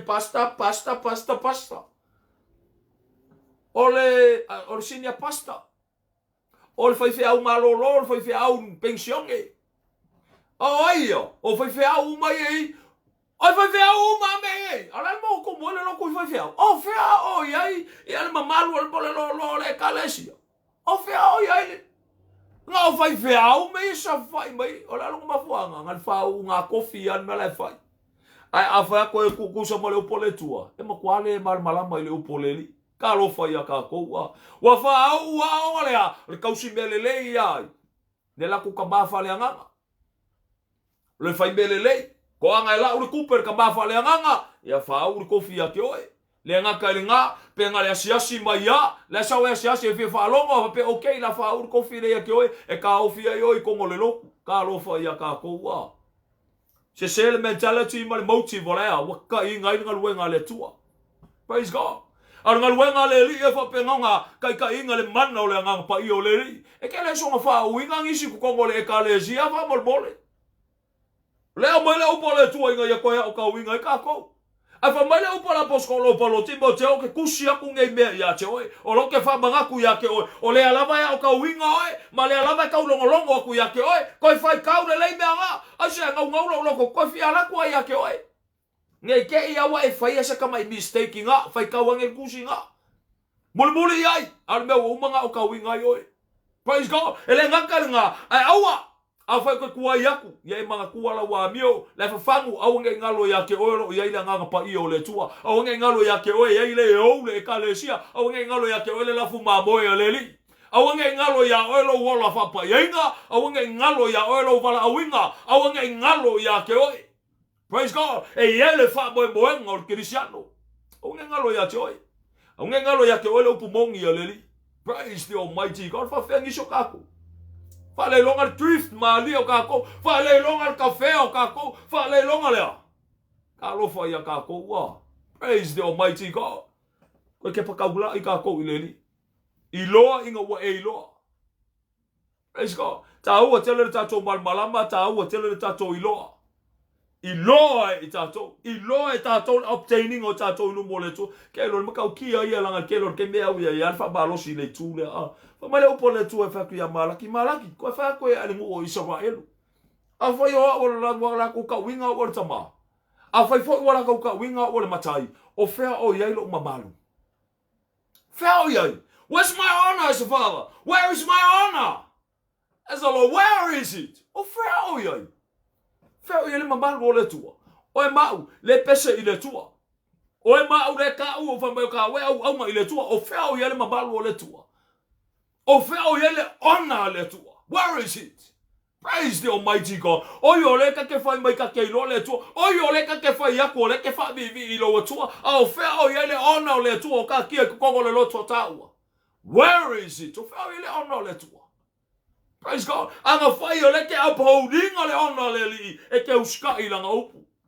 A fai le ke upholding le honor le tua e ke fa penga e ke fa mawalalo I mo le tua.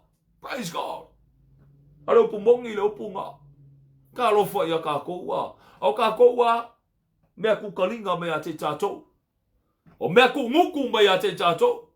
Ka lo fa ya ka ko nga ka ko serving ala ia le tua kaua ngal fa ka ngu.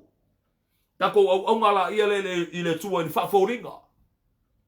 Ka lo fa ya ka ko nga fa penga fo le mea Israelu nga fa le tua. O male upo le tua nga fa ya Israelu. Israelu. O kongo ko faki nga me ke o fast food ka usanga I kongo le vau. Le mea nga fa penga nga fa ka milo o ko inga I o ko salamo ma ko ilo ia. Enga o ko kenga. Alo fa ya ka ko kenga. Fa penga gi so ka ko kongo le ekalesia. Fa me le ka ko ke mulmuli leli. Ka ko amionga wa ka ko kenga I o ia. Ka lo fa ya ka ko wa. Praise the Almighty God. A ngisho ka ko fa me o e ba wa kofi ko ngol ngal wenga le tua. Ngisho ka ko fa fe au. Ngisho ka ko apostolo, ngisho ka ko perfecta, ngisho ka ko la fa evangelia. Ngisho ka ko fa fe au, o ngisho ka ko wa, ngisho ka ko ki akongo. O e ma wa kofi, o mo kai ko kongo le kalesia, solo mua ya o ko le ola I merkingo. Solo mua ya o koulea le kakai ese inga mo le lafu maboi le meolo ia le upu mongi a leli. Ka lofa ia ka koua wa fa ka pe apel lafu maboi a leli. Praise God. Why? Langa wale ko mulmuli ya le condition le upo le tua. Praise the Almighty God. Pa mala upo ngaka o mala upo la apostolo Paulo Timoteo o ke kusi aku ngai me ya ke oi. Ai ko fo la ngai ai lunga le maka upu ngai maka kia ke le condition ngai ka kia ia nga. Ngisho ka ko wale ko fia mulmuli le condition le upo le tua. Awa fia manga mulmuli me le fa mai er ngaka. Fia mulmuli le upo foi fiau. Karo foi ya ka ko ngisho ka ko wa fai me fa fia foi fiau ngai fia but foi fiau. What about God? What about Leo le kalesia? O le tua soifua. Ai fa vele kalesia o le pauku ma le lango le upu mongi. Fea o ye le kalesia. Praise God. Fea o ye. Where is it? Praise the Almighty God. Ke la tala ya te oe. O le kalesia leli. Nga fa bale upo leli. E le mang malo ye fe ko o se oli. Le kalesia leli. Ke lor ka penga ingo le kalesia leli. O le ka penga ingo le ka upau e le songa ponga, le songa ila, le ai songa mangumi. O le ka upau e le te whae o linga mo se kange. Praise God. Ai fa penga ka penga inga le upo le tua. Praise the Lord. E ulu fale le kalesia le manguia. Al fisili mo e mau. O ye ka we kongo le kalesia le tua. O ye se mango ka we kongo le kalesia le tua. O le kalesia le tua e ulu fale. A o e mau e ulu fale ye ka ua. Praise the Almighty God ka rofa ya ka ko wa. Ele le fa singo manga vo ele le fa pea. Wale vanga uloku. Wale vanga u fa ola inga. Sa wa fa fiau. Wa fa tua fa fiau. Ka rofa ya ka ko wa. Wa fa nga wa fa fiau o ka mal fa fiau. Wa lo ke ma ko fiau o plesken o mafkanga o kinga. Wa o plesken o kalvo. Wa fa ya o sa. Praise the Almighty God of my ale. Hallelujah. Ye Lord wa mio. Ye Lord obtain la wa mio. You have to know who you are in the house of the Lord. You have to know. Not only that, you have to know oye belong ye le kalesia. He is the one, a living God. Ele o se kua e faungi ala fa molmole. Ele o se kua nga faia ili mo kangaka. Ele o se mangu wifi, ele o se mangu lele. Ka lo faia ka koua. Praise the Almighty. Ele o se kangaka le tua. Ka lo faia ka kou. Te fa auka ye me o fa pengawa. Ka se inga solo e ka kou. Le loa ir ko nga vau. Le loa ir ko nga la wapi lea. Ka kou ke la loa ia. I loa inga wa e loa. Praise the Almighty God. We have to wake up. Ala i lunga o lava nga boy. Ngiso ka kou la e mamoe. Praise God. Ko fia ngiso ka kou le loko e aku mamoe le loko. Ele o le moe la nga loko kala ngoa kuai. Ngeke moe fa le nganga. Ngiso ka kou la makua spiritually dead. Oki fa le nganga. Au fia kausanga kalunga i fa o lenga. Anga ke oki fa le nganga. Fia kausanga o kongo le fa o kanga. Anga ke kumau le me kasi. E ke leo au sia le makua fa le nganga. Au fia kausanga kalunga i fa o lenga. Ka lofa ia kako. Ngiso kako. Leva nga fa o lenga. Ala lava e ko mumu ko kongo le ngaruenga le atua. La e ko mumu la e fai kio fai mangaku. Ka lofa ia kako wa. Praise the Almighty God. Ngiso kako. E fa o lenga. Ai ke lola ukala ia kewe. La e ola i le olanga le kingo. Praise the Almighty God. Ngai ke fai kakala i kongo le fale o le atua. Ai fai mai o oil ka ngaka o le atua. Ka lofa ia kako. Kele me ke fai kakala e ke le loko fa mangalo. Hallelujah. E ke pe pelo. Ngoi muli lua. Fai ka anga.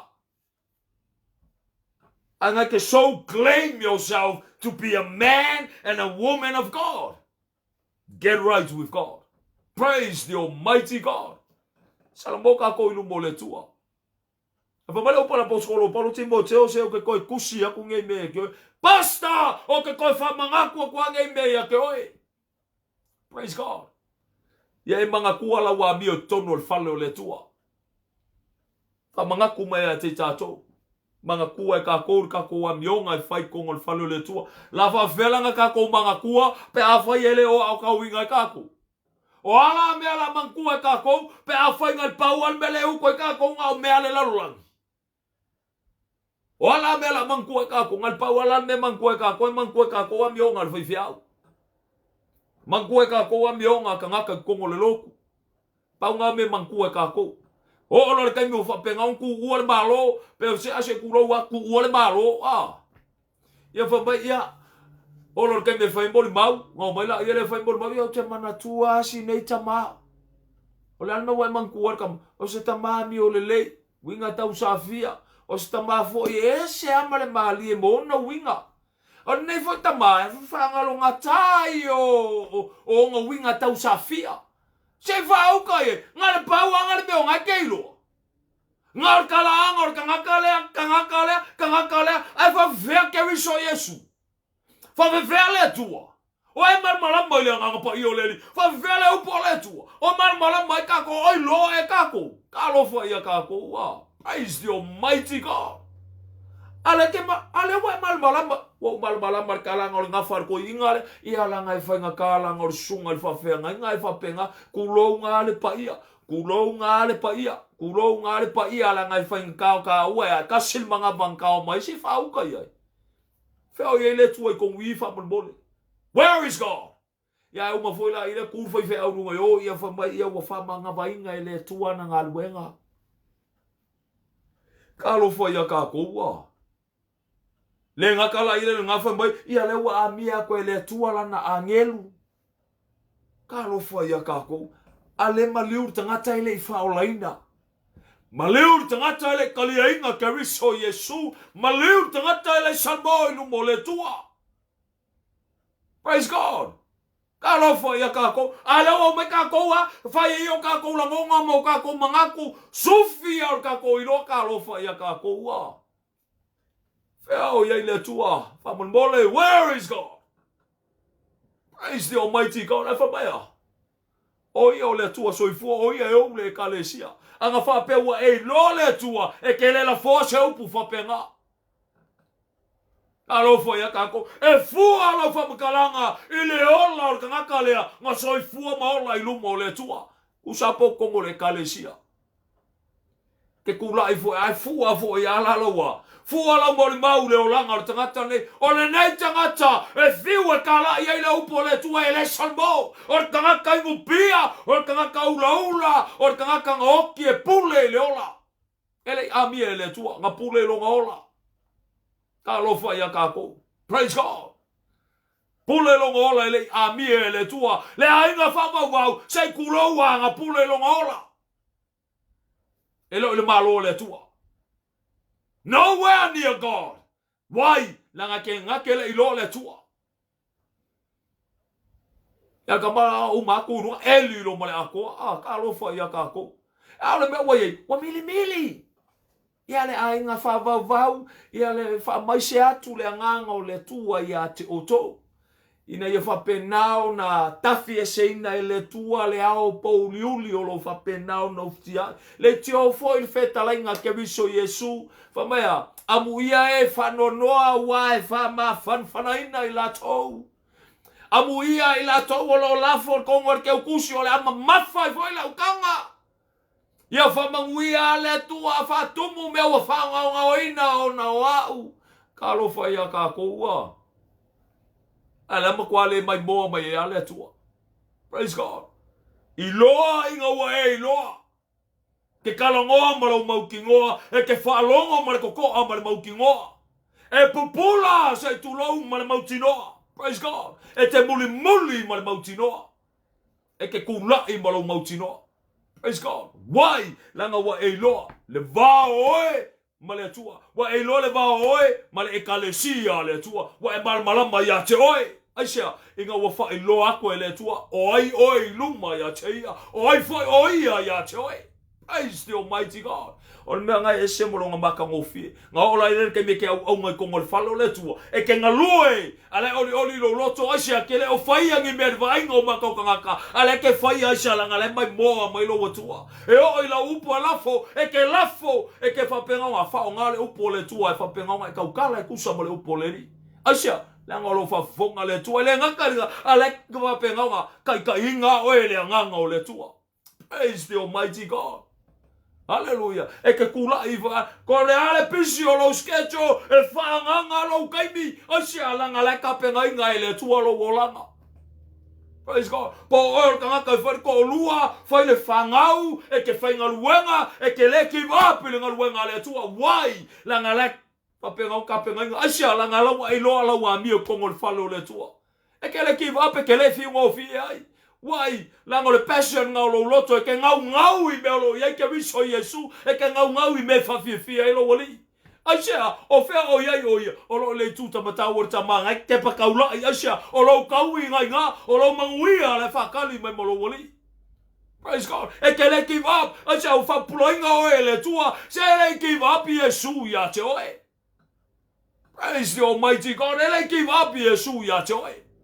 Ngai alu, ngai ngau, ngai mga ya fufi olinga, le mafuanga le ngonga fio mai ai.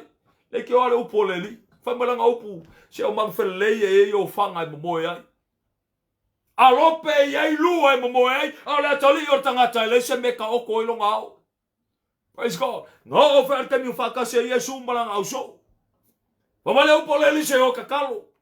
Pamala ia le pe o le kongi o le maa mea pa u, ia le maa mao le mea ia Yesu, ala ku Yesu kakalo. Ia uma fo ima Yesu la e momoe le au so. Ko jau Yesu se, ko ke momoe a se ia fea. Se fea la ia ilunga maka ala mangofu kakalo.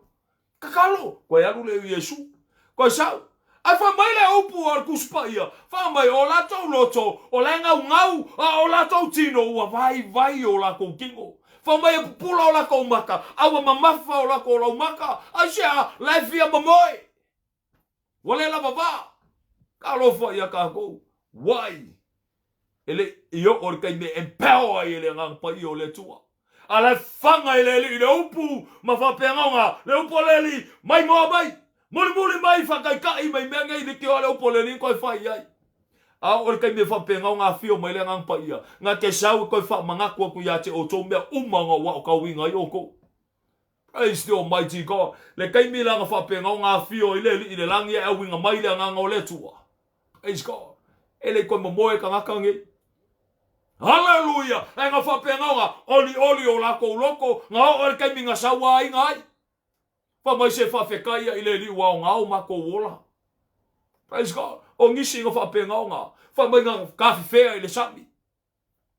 Praise God. Le ngaka ngā wha mai a uma kongi le whanpui. Ka lofa ia ka ko. Ngisi la ngā pupongi marka kalo. Ai se ale ngau ngau o le loko e wha kawhea le mangui o le tua.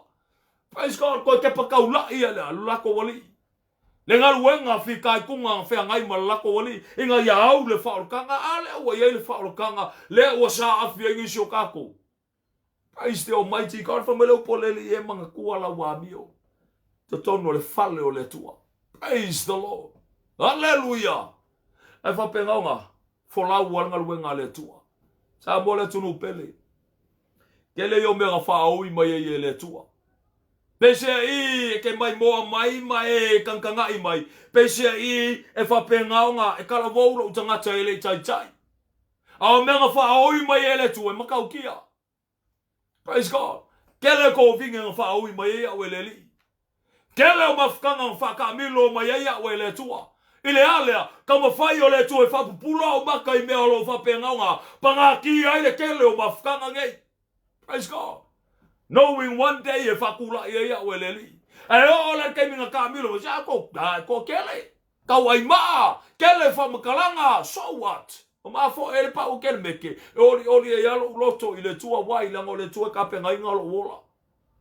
Folau mai. Hallelujah. Ea maunga ifo I wangu. Praise God. E whapengawa. Nga ele kei minga whapengawa. Kau kongi le solo. Kau kongi le solo, e whangua ele tua whamangako ele li. Keep on fighting, keep on striving. Praise the Lord. Laughing out. Te rolo tala ia tioi. People will come, people will go. Praise God. E o mai kangaka, ma ko e o kangaka, a ke rolo tala ia tioi. A sa o le ke pakaulai. O le me piko sili o nga kaua ia tioi. O le atua o nge tipate e se le atua mai ate oi. Oa oi e ulo kua I le tua. But people will come, people will go. Praise God.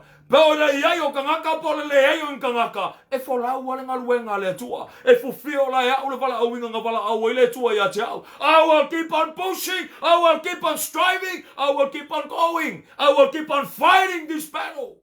Praise God. Why? God lai fa folau winga folau. Sa bola tunu pele se iloa inga wa iloa. Ke kalangoa me le mau ki ngoa. Praise God. La wa kuange ia ke ose me makau kia lea.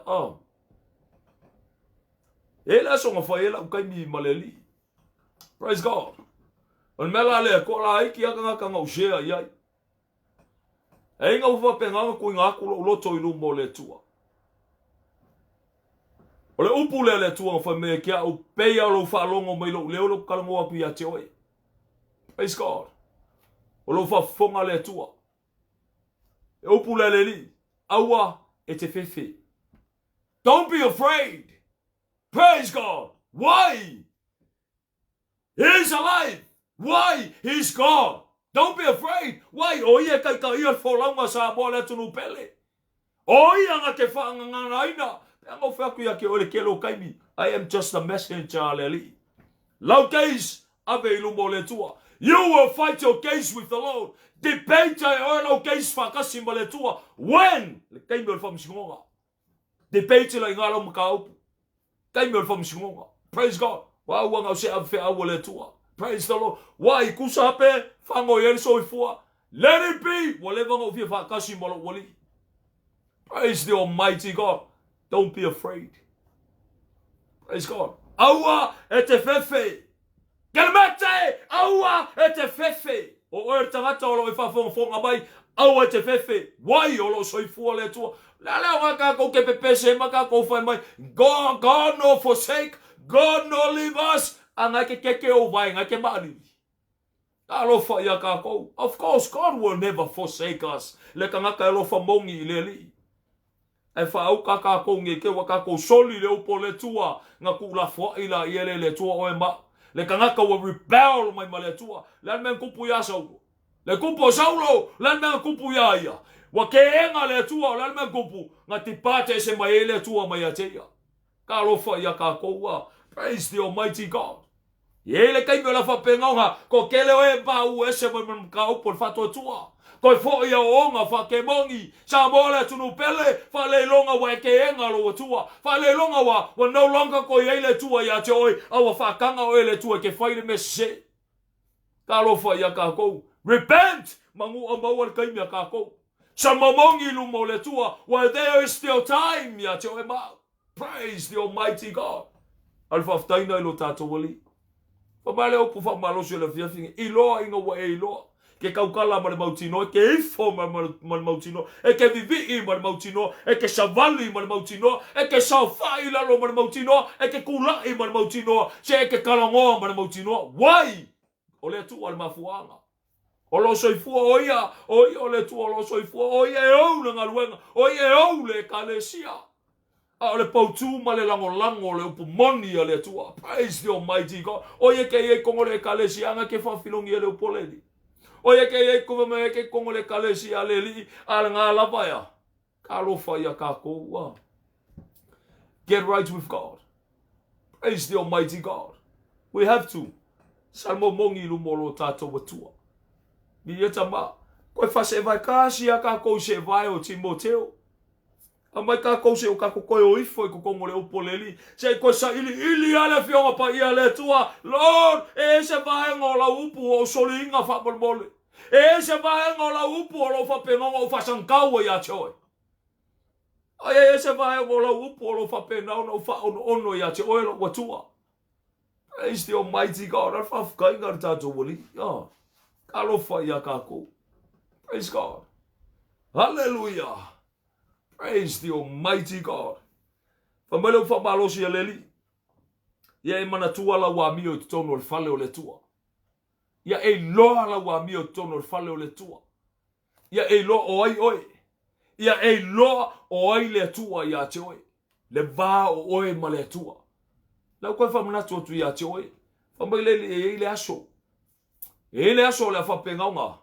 O mai e ya tau. Famele le ali. Ma ko kele fa malolo e ma ilo suafa le ali ma ko kele kukuli e kembong ilo suafa le ma fa uka lai hai le ma ka o por ka ka lawa te page ma le ali le case la wa be lu mo le tua la wa ma ka te page ma le ali lo ma ko kele fa malolo e ma ilo suafa Yesu ma ko kele kukuli e kembong ilo suafa Yesu ma ko kele fa ia va venga ma ka ki ilo suafa a fa ma le o poleli O ia I fafa o kou o kele lo o kou. O e fai le a mi o le anga. O se. O ne mea lo kou fai ere kou fai kangi a we. Ma le lili wa wongifo. Ka lo fai a ka kou. Away from me. You workers of iniquity. I do not know you. Praise God. Clean kata le o poleli. Abe e lau keisi no mo le tua. Fai le lua ti peiti ma le li. Se e fa longo la ia le pole alfa unga le li e fai a te oe. Hallelujah. Alfa fukai le lo tato watua. Praise God. Te la tala ia te oe. O le upula leo ke whakua ngia ke oe ke lo ke mio ke whakua ia te oe. Ko kele o ngiso foi feau. E fefe kalangoa whape, fefe la unga whapea. Wai! Langa fefe ya ke oko. Wai! E manga o yo oko kupe. Wai! Langa whafia fia ya te ocho. Praise God. Not Clement. Kele meke ku e whafia fia ile tua. A whaila se whabivi ya te au. Awa, ele se whabivi. Langa o kele sau e whafia fia ya te oe. O kele sau e ke amai se paki, se po, se amenge, se aleluia. Ngau sau e ka unfe awa le tua. Ya te oe to get right with God. Samo inu mo le tua. Praise the Lord. Hallelujah. O le mise nganga o mai ea o leli. Praise God. Ele whape ka whawhao i kuora umukukanga usaura i le avakule upo le tua ya te oe. No. Ani mafuanga konguanga ua whiwhewhengi so whaiwheau. Ka ure upo le tua ya ke o kou. Niso i la kou e o ya o ngā whaiwheau. Niso i la kou ngā o ya o ngā scholars. Niso i la kou e homo meo doctors. Niso i la kou e homo meo masters. Degree le upo le tua. Ai le se o la whapaienga.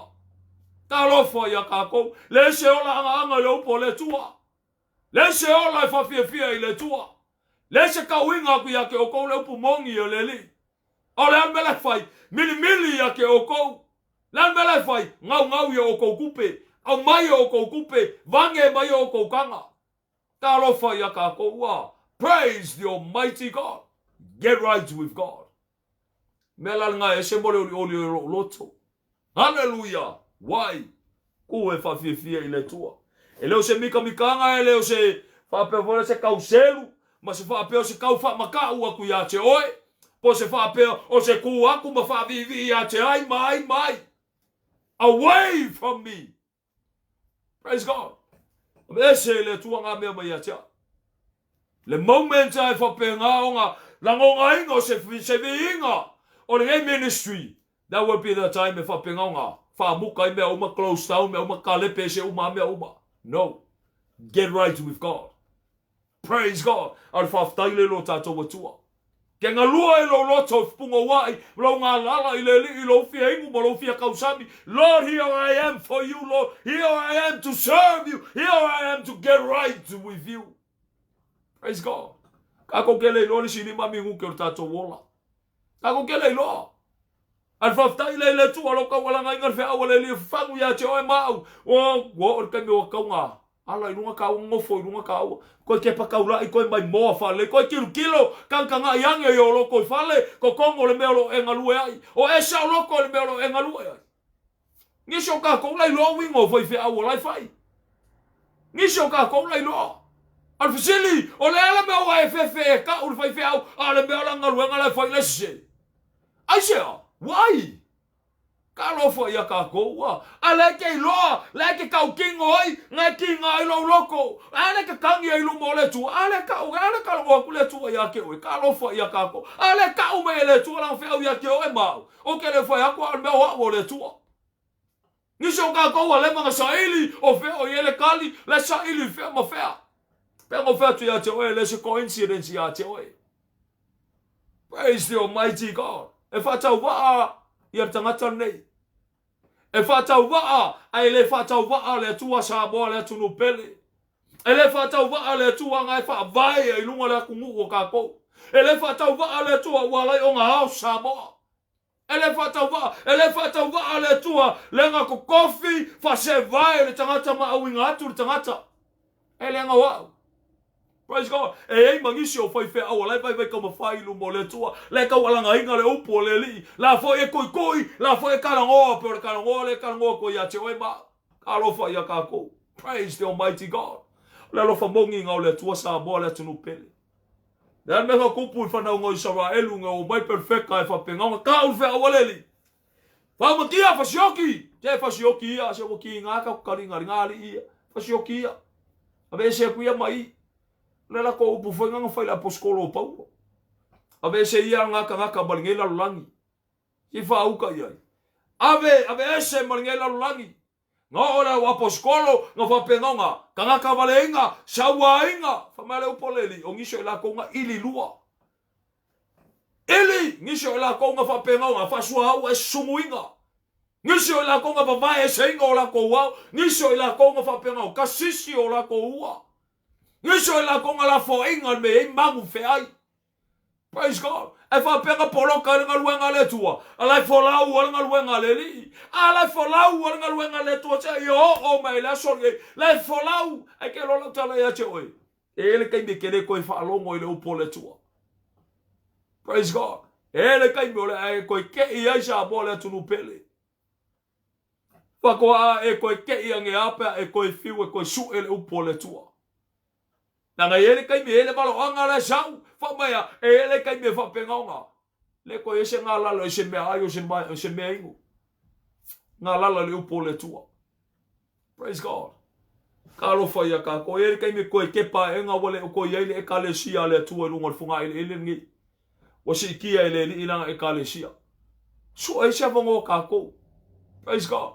Ele kai me la fa penga e ke ko ke ia enga e sel me anga ke I mai.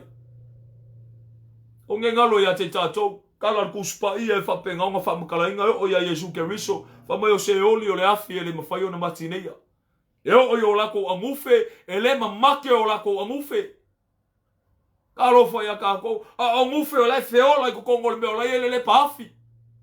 E aleluia, e makango fi ele ia ke kako le wa aiange se kulou waa, se wa aiange fo I se mea ola, fo ele le wa make au ka fole awala. Po lalo se fa ina fa so ngal wenga ke kauange se me ola wa make nga se kulo nga e fa au ka nga ki kila o pusa nga va ia kula ia le la kumo I lo ko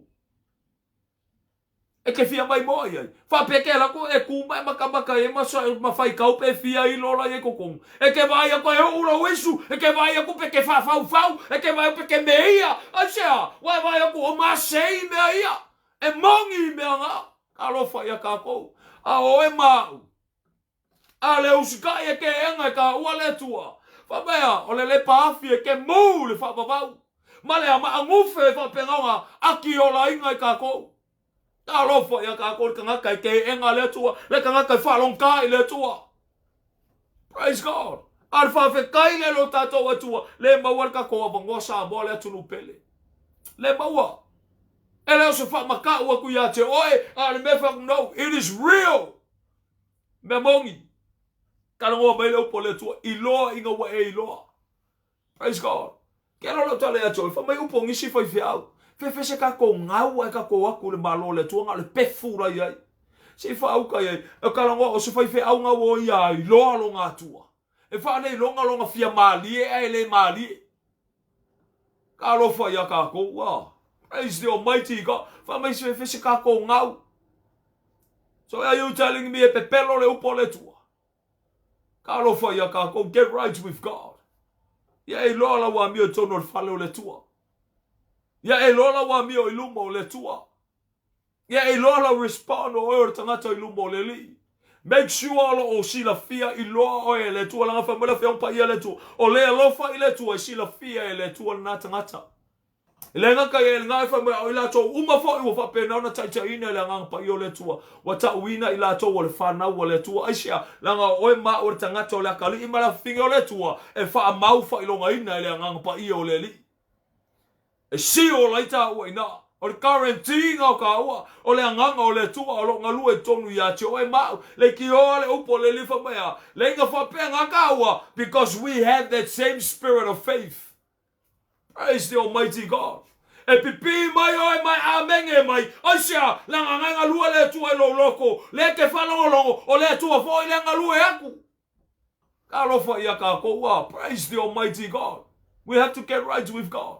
Now te whamanatu ia te o sa mo le tunu pele. A whai o le mea o ngai ke nga lua e le kovingi o le ke nga lua e le mafukanga o ngai ke e ke le o la whale anganga. E le o la kalakai o e le I le tua. Kula I lunga me aluese awa ke fefe ke aluese. Aluese mai inga ke pakaula I o ia te oe lau ko ulua malau whangau peki ilunga o ese wai ele sa oi oe le malo le tua ka lofa ia ka kou o ese mai ai o le fina ngalo mongi leo le tua inga ia sala mo mongi ka kou ma ua I mai tatou inga ia I loa lana upu moni le upu mongi ia le li inga ia ka kou I loa le upu mongi ia le li. Praise God. Kula ilunga au ke fefe au ke ngofo ia inga kula depart ese mai ai. Se kusa por fai fe au kau se kusa por fai fe au nga onga le ang kuspaia ai a fai ke le ola fa le nganga kula I lunga mai se mai ai. Praise God. Ke pakaula I le tua.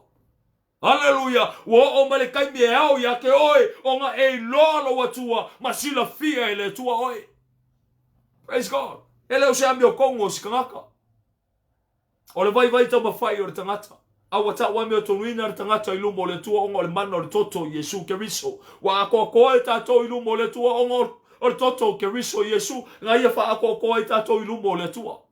Praise the Almighty God. O Yesu Keriso le mafo anga wa besea. Masoloia e sea e ko sao le tua ilungo le tangaka. Sa fa penganga mua I ka ua le whanaunga le to sa.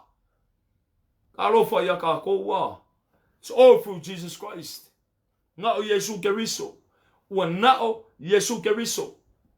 It's only through Jesus Christ. Praise God. A fa sa loko inga o Yesu Keriso. E ke sa loko ma le fa maongi. Ele ko inga lua Yesu e fa penga o ko au mai avenga mamafa e fa e ya ke oi. Aisia o nga olona toto nga fa penga nga. Fa banga lo inga ka olona toto nga fa penga nga. Fa ka winga oi ma olona toto wa fa penga nga. Hallelujah. Mawe ka o sa tonga o toto Keriso Yesu. Ele ngaka la o toto le fenga ngo fo. Ai fa o toto le fenga nga fa bavau. Praise the Almighty God. Only through Jesus Christ. Le alo pele a le atua soifua. Alo fa ia kako. Olo ile tu tamatau o tama. Olo avea oia mapuruvanga ile vao le atua martangata. He is interceding on your behalf and my behalf before the Almighty God. Praise God. Ilumo tama before the Father. Hallelujah. Olo mawale maoka wasa bola tunu pele. Praise God. Alo fo mongi ngo le tua ya te oi mau. Ya lu ese ka ua te pate ese man me fango e ka ua. O ese mai ai. We have to wake up. We walk by faith, not by sight. Ka ko ke sama vali ile fatua tua. Ka ko ke le sama vali ngi kingo se mea. A fainga wa ko fai fe au ka vale ya ke oe inga ia ka ofiofi ai oi le loku. Ai ke le ola fale angai ko fa fo ilang ka vale ku ilunga oe mai alu. A fai fo inga wa ko fai fe au le fale ya ke oe. A fai o le fai fe au ke le ola fale angai fa fo ilang fale ku ilunga oe mai alu. Alo fa ya ka ko awa ngo fo ai onga wa ko fai fe au ka vale ya oe. Wa ngo fo ai onga le fale wo fo ai ku ya oe. A fa ia la nga ke oki fale anga e ke ngofo ala mar sa loko nga fa pe nga ke sa loko ko ngor nga fale alo ma fa fa ele si fale o ko e alu yai pe a ko e avele ngai fale le se ka vale. What about God? Longa winga are you telling me ele ma fa ele tuanga fo ia ko se me ya che oi. A oi kula ilunga e ke alu ile tua ka rofa ia ka ko oi wangalo ya oi le upoleli. Wangalo ya ka ko le opole li fo me ngalu no fa kasi me o malaba moe alo lofa ile tu e ka penga inga ele tua mo lo na fina ngalo wangalo ya ka ko le mau ngal ku spaya wangalo ya ka ko. Praise God. Wangalo ya ka ko ke pa kaula I mang felele wangalo ya ka ko ke pa kaula I lili o bau. Praise God. E sili fo la me ai nga ilo o e tangata nga le maliu Keriso Yesu mo se mangu ele maliu Yesu Keriso mo se lili o le bau nga maliu Yesu Keriso mo oe ma inga ia mau e ta ua sa utonga. Praise God. Kula ilunga mai aluese e o fo ya ke oe e a ngo fo I o nga wa abako le fai fe au nga luenga yawe wa fai nga luenga wa ke ler ko kongi wa mau le fai nga luenga pele nga ka nga wa fai nga luenga o le fai fe au nga ngofo ala yele nga anga ke ilo ko kongo lo loko e kele o sa loko ko kongo lo loko e kele o la fa le anga o ya nga fa fo ringa u kala lu mo fa fa ma lor so fo la sunga fa fa nga e okay ba e le mangu ya fa afta ine lo fo li ma lo e la sunga le lo fo mai si ma ko ainga o nga lo ya o si li le lo fo le tua ya te oi. Praise God. O le lo fo le tua ka o le fe au ya te oi makala I tatou. It is time for us to seek God while He may be found. Praise God. Sa ili manu o maua oia. Don't let God pass you by. Don't let God pass you by. Talo faya te tatou. Tama tina. Uso tua fafine. Awange pasi le tua maoe ma. Praise God. Manu o maua oia. Bala au iai. tau ngapa iai. Bala au ilonga suafa. Lesi suafa ila lo langei e au mai ele whaolkanga le li ia te oi ma. Praise the Almighty God. Wanga suafa ke riso Yesu. Hallelujah. Bi ia le tua. Praise the Almighty God. Hallelujah. Ma wala vanoa sa abola tunu pele. Tatala la vanoa bo oila fiafine. A faite fia mana o e o follow wola ia ke riso Yesu. Le ma wala wa vanoa. O le fatua tua inga lue inga ai o tatou loto inga i whapenga on kepa kaula ia te ia. Le fatua tua. Praise God. Faith. Tupulu fatua tua o ngal kaulongolongo le fiong pa ia le tua. Hallelujah. O e ma o le tangata o whaolaina o le tangata o whapenga o whai mai le kei ko siaki ka ua. Le whai mai le ake na okay ko siaki ka ua. Whawhenga siaki ka ua ko siaki ka ua le upo le tua. Praise God. Ko kepa kaula i le upo le li. Whai kau le o fiong pa ia le tua. But Holy Spirit please. Ka me whaali me au la upu. Kakala me au la upu. Whapula i la upu. Se o koe mai moa whabolbole se koe siaki. Se o koe kikilo i a tia. Le ngaka whakepa kaula ia o le meolo o iai. Why? Because your word e charging a leo lao. Your word e whapengonga charging a mea uma. Praise the Almighty God. Al whaftaine lo tatou atua. Sa mole tunu pele mo walo vanoa le fiafine. A whai wai whalongolongo le whea wale li nge fiafi o ngalue le atua ilo loto. A weke vau ia le atua. Praise the Almighty God. A wete vau ia le atua. A ia whapenga o ngā. Tatala lo loto. Allow him to come into your life. To be part of your life. Le emptiness ngai kongi ate oi. Or kulanga ngau ke riso Yesu. Patanga o ye tonu ate oi fulfill le li. Le mea ngai ngau te tonu ate oi. Wa leva o ngai Israeli. Wa e whea lua i ke alaku i le lotu. Alu i le lotu. Malo manatu e te maua i maua yo. But no, but he is right in front of you. Pawal mea na tatala o lo loto. Allow him. Praise the Almighty God. Bi ele tua. Muli mai upo ne tatalo. Au toi famanatu ya te oe upo ne tatalo nga se guide mo oe. Ta yala ya te oe. Bi ele tua. Au le loto oe fa penao na tangi lu mo le tua lo fonga fa penao na tau tau ai. Ma fa penao confess lo fonga lu mo le li. It's all through faith. Le fatua tua. Praise the Almighty God. Bi etama. Ala fa yel talo. Muli mai upo ne tatalo. Oh. Hallelujah. Tamale li ye. Le atua e. Whaftai tele mo la upu. Whaftai lo sa ili mai atea.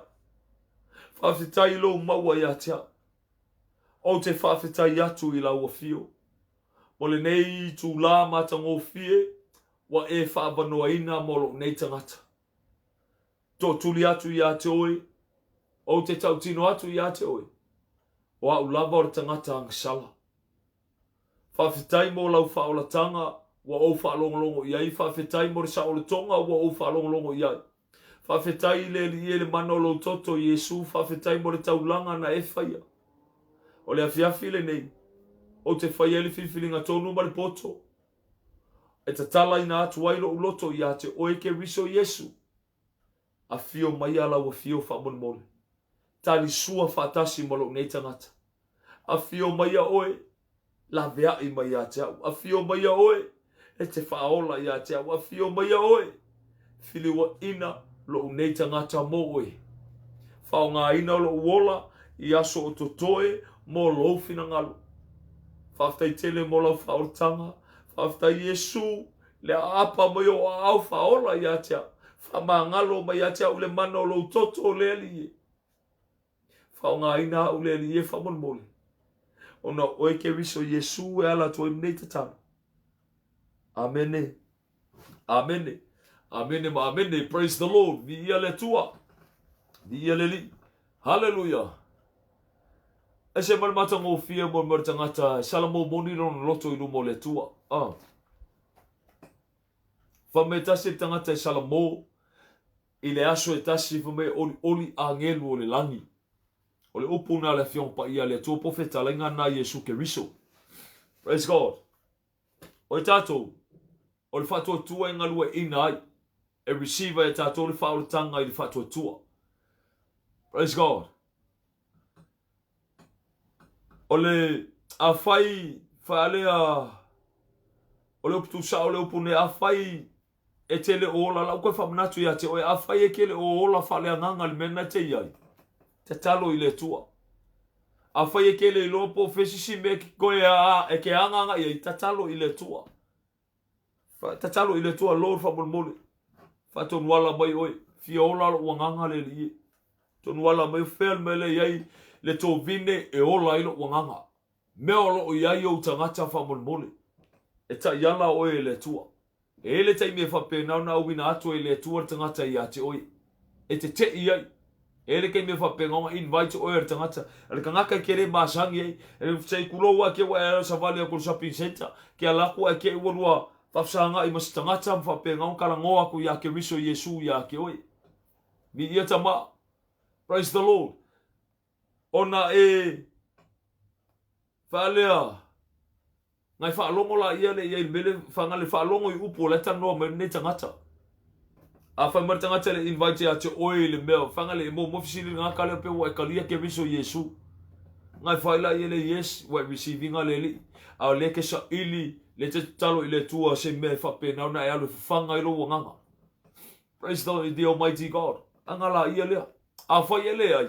Feel free if I pay a private message mai lo tangata lunga le mako ministry e mawhai ona a whai o whea lava se vai ngai mawhai ona okay le se au ngā lea le okay loa anga i fo iai. Praise God. Suange iai, a fioange iai, la tō ngā la avakul phone number, mawhai ngā contact aku oe, ia mawhai la ia lea ngā alwi whai asi iai whalongolongo iai tāua tele sa mola tunu pele. O kele o whaku ia ki oe almea, wo o whaku okay. O mailo ka kololoku. O ese me mga loko o mailo ka kololoku. No. Ka alofa ia ka kou. Alu ia ke riso Yesu. Alofa. Lau whaku ia ke o. Sa ili tatalo ile tua. Lord whamolmole o whea. Anga luele anga o le tua ilo loto. Anga lue atu. Whai mai le tua. Oi. E ke vili mai. Ia, awole vao. Ia vili mai. Ele whapela whaku e vili mai. Ngo whaku la ia ke o kei ka e au su mai. Karofa ia ka koua. Praise the Almighty God. Ya le wingon whamtalanga. Feel free private message change lungo le mako page. O mawhaila ia lang so swani atu ia te oi. Ia tama. A whaifo ia se tulo. Ai le whauina tātou se talo. A whaifo i o ere tangata leo whako a o follow wola i le li. E te fia mo mia le so swani whale anganga. A whai e ke le fialu i whea mawhea feel free. I meli i whorunga le mako page i peke private message mai fo i atea. Whasoa matala no aila ia lea. Ni ia tama. Whaia mea umamole vi inga o lo tātou matua. Ia la wha iwina i tātou se talo. Tamale li e whaftai tele la wafio mo la upu nei vanga le fiafi. Fo i matu maule vi inga i ate oe leo noa. Mai a fo se mea matou te whaia whapei fo leo i matou lava. O au na leo ngā u whaia tusa le li e malau whatonunga. Whamangalo le li e le i whonga la whanau. O e fo se tasi o lo i e se mana o ngā nea fiafi. Tui nātu le i ate oe. A whaia se whamalo longa le li e lo pa iane pa i fo la wafio whamonmone. Le si matou te suru iai wana oe le li o le ola.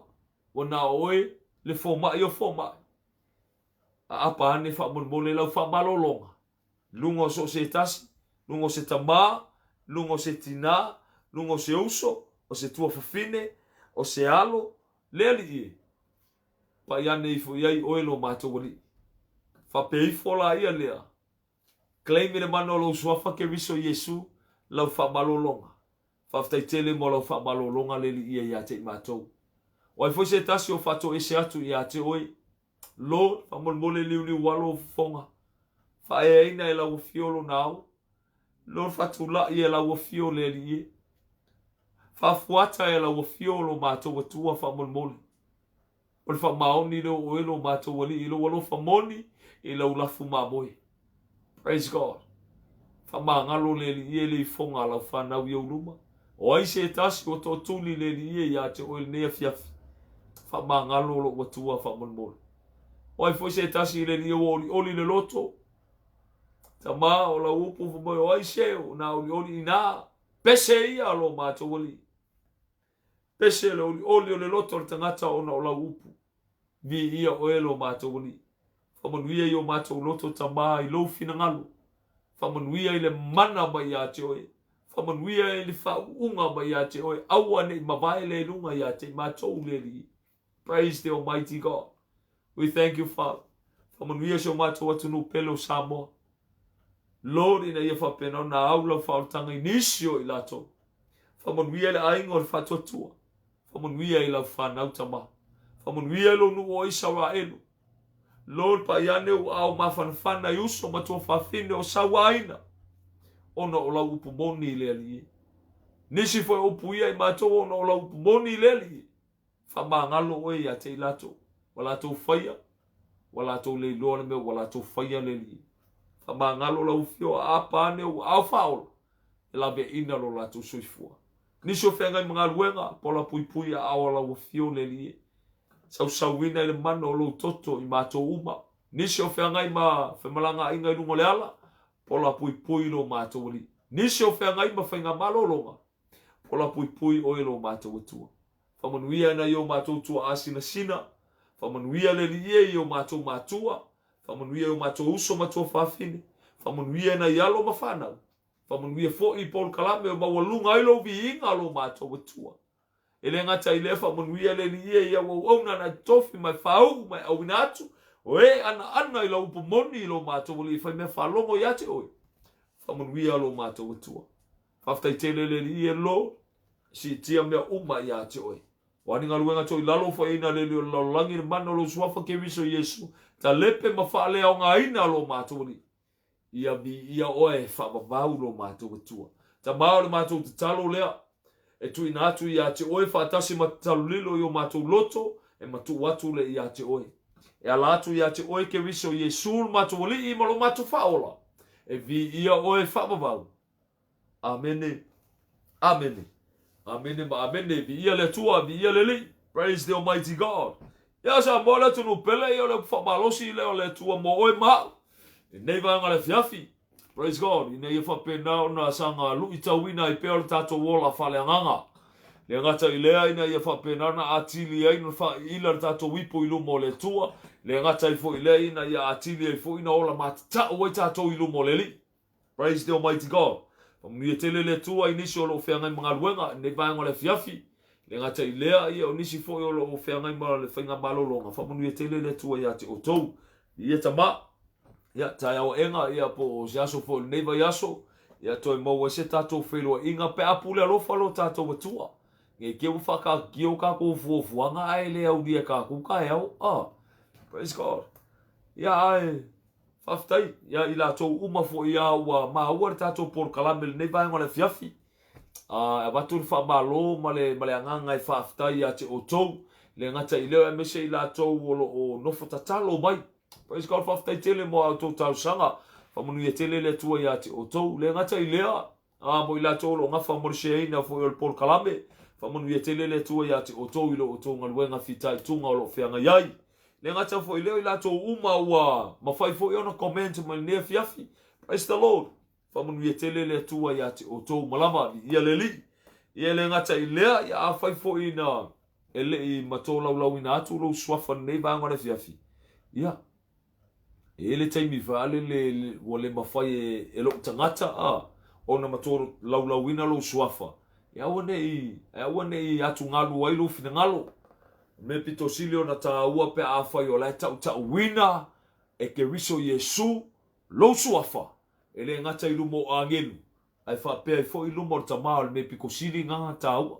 Praise the Almighty God. Ia leli ia la toi pa ya tu sa bola tu no pele a fai e te mo mia e pete fia mo mia ia le fale le ia fa malusi au fa le nganga mo oi te fia tal noa ia fa pe ese me o atu ngalu ai o e po se me o fale le o fia fa fisili ai lo tangata le ngata i le a fai o ia fo se mata o po le te fia fa so ai feel free private message le mato message i follow ngole mato page pete email ifo ia a fai fa ngata ia te oi private message mai lo ne tangata feel free o e o mo fia e ngofia e bala awatu pe reply atu o le fea lava le me tala fea unga moe i le ngata i lea ia awe te no fwai o ia te oi o lo whapena ona ia me o lo pangati ai oi awe te no fwai share is tangata i te iloa la i ele o la whale anganga e mawhainga share atu i ele avenga mamafa ia te oi wai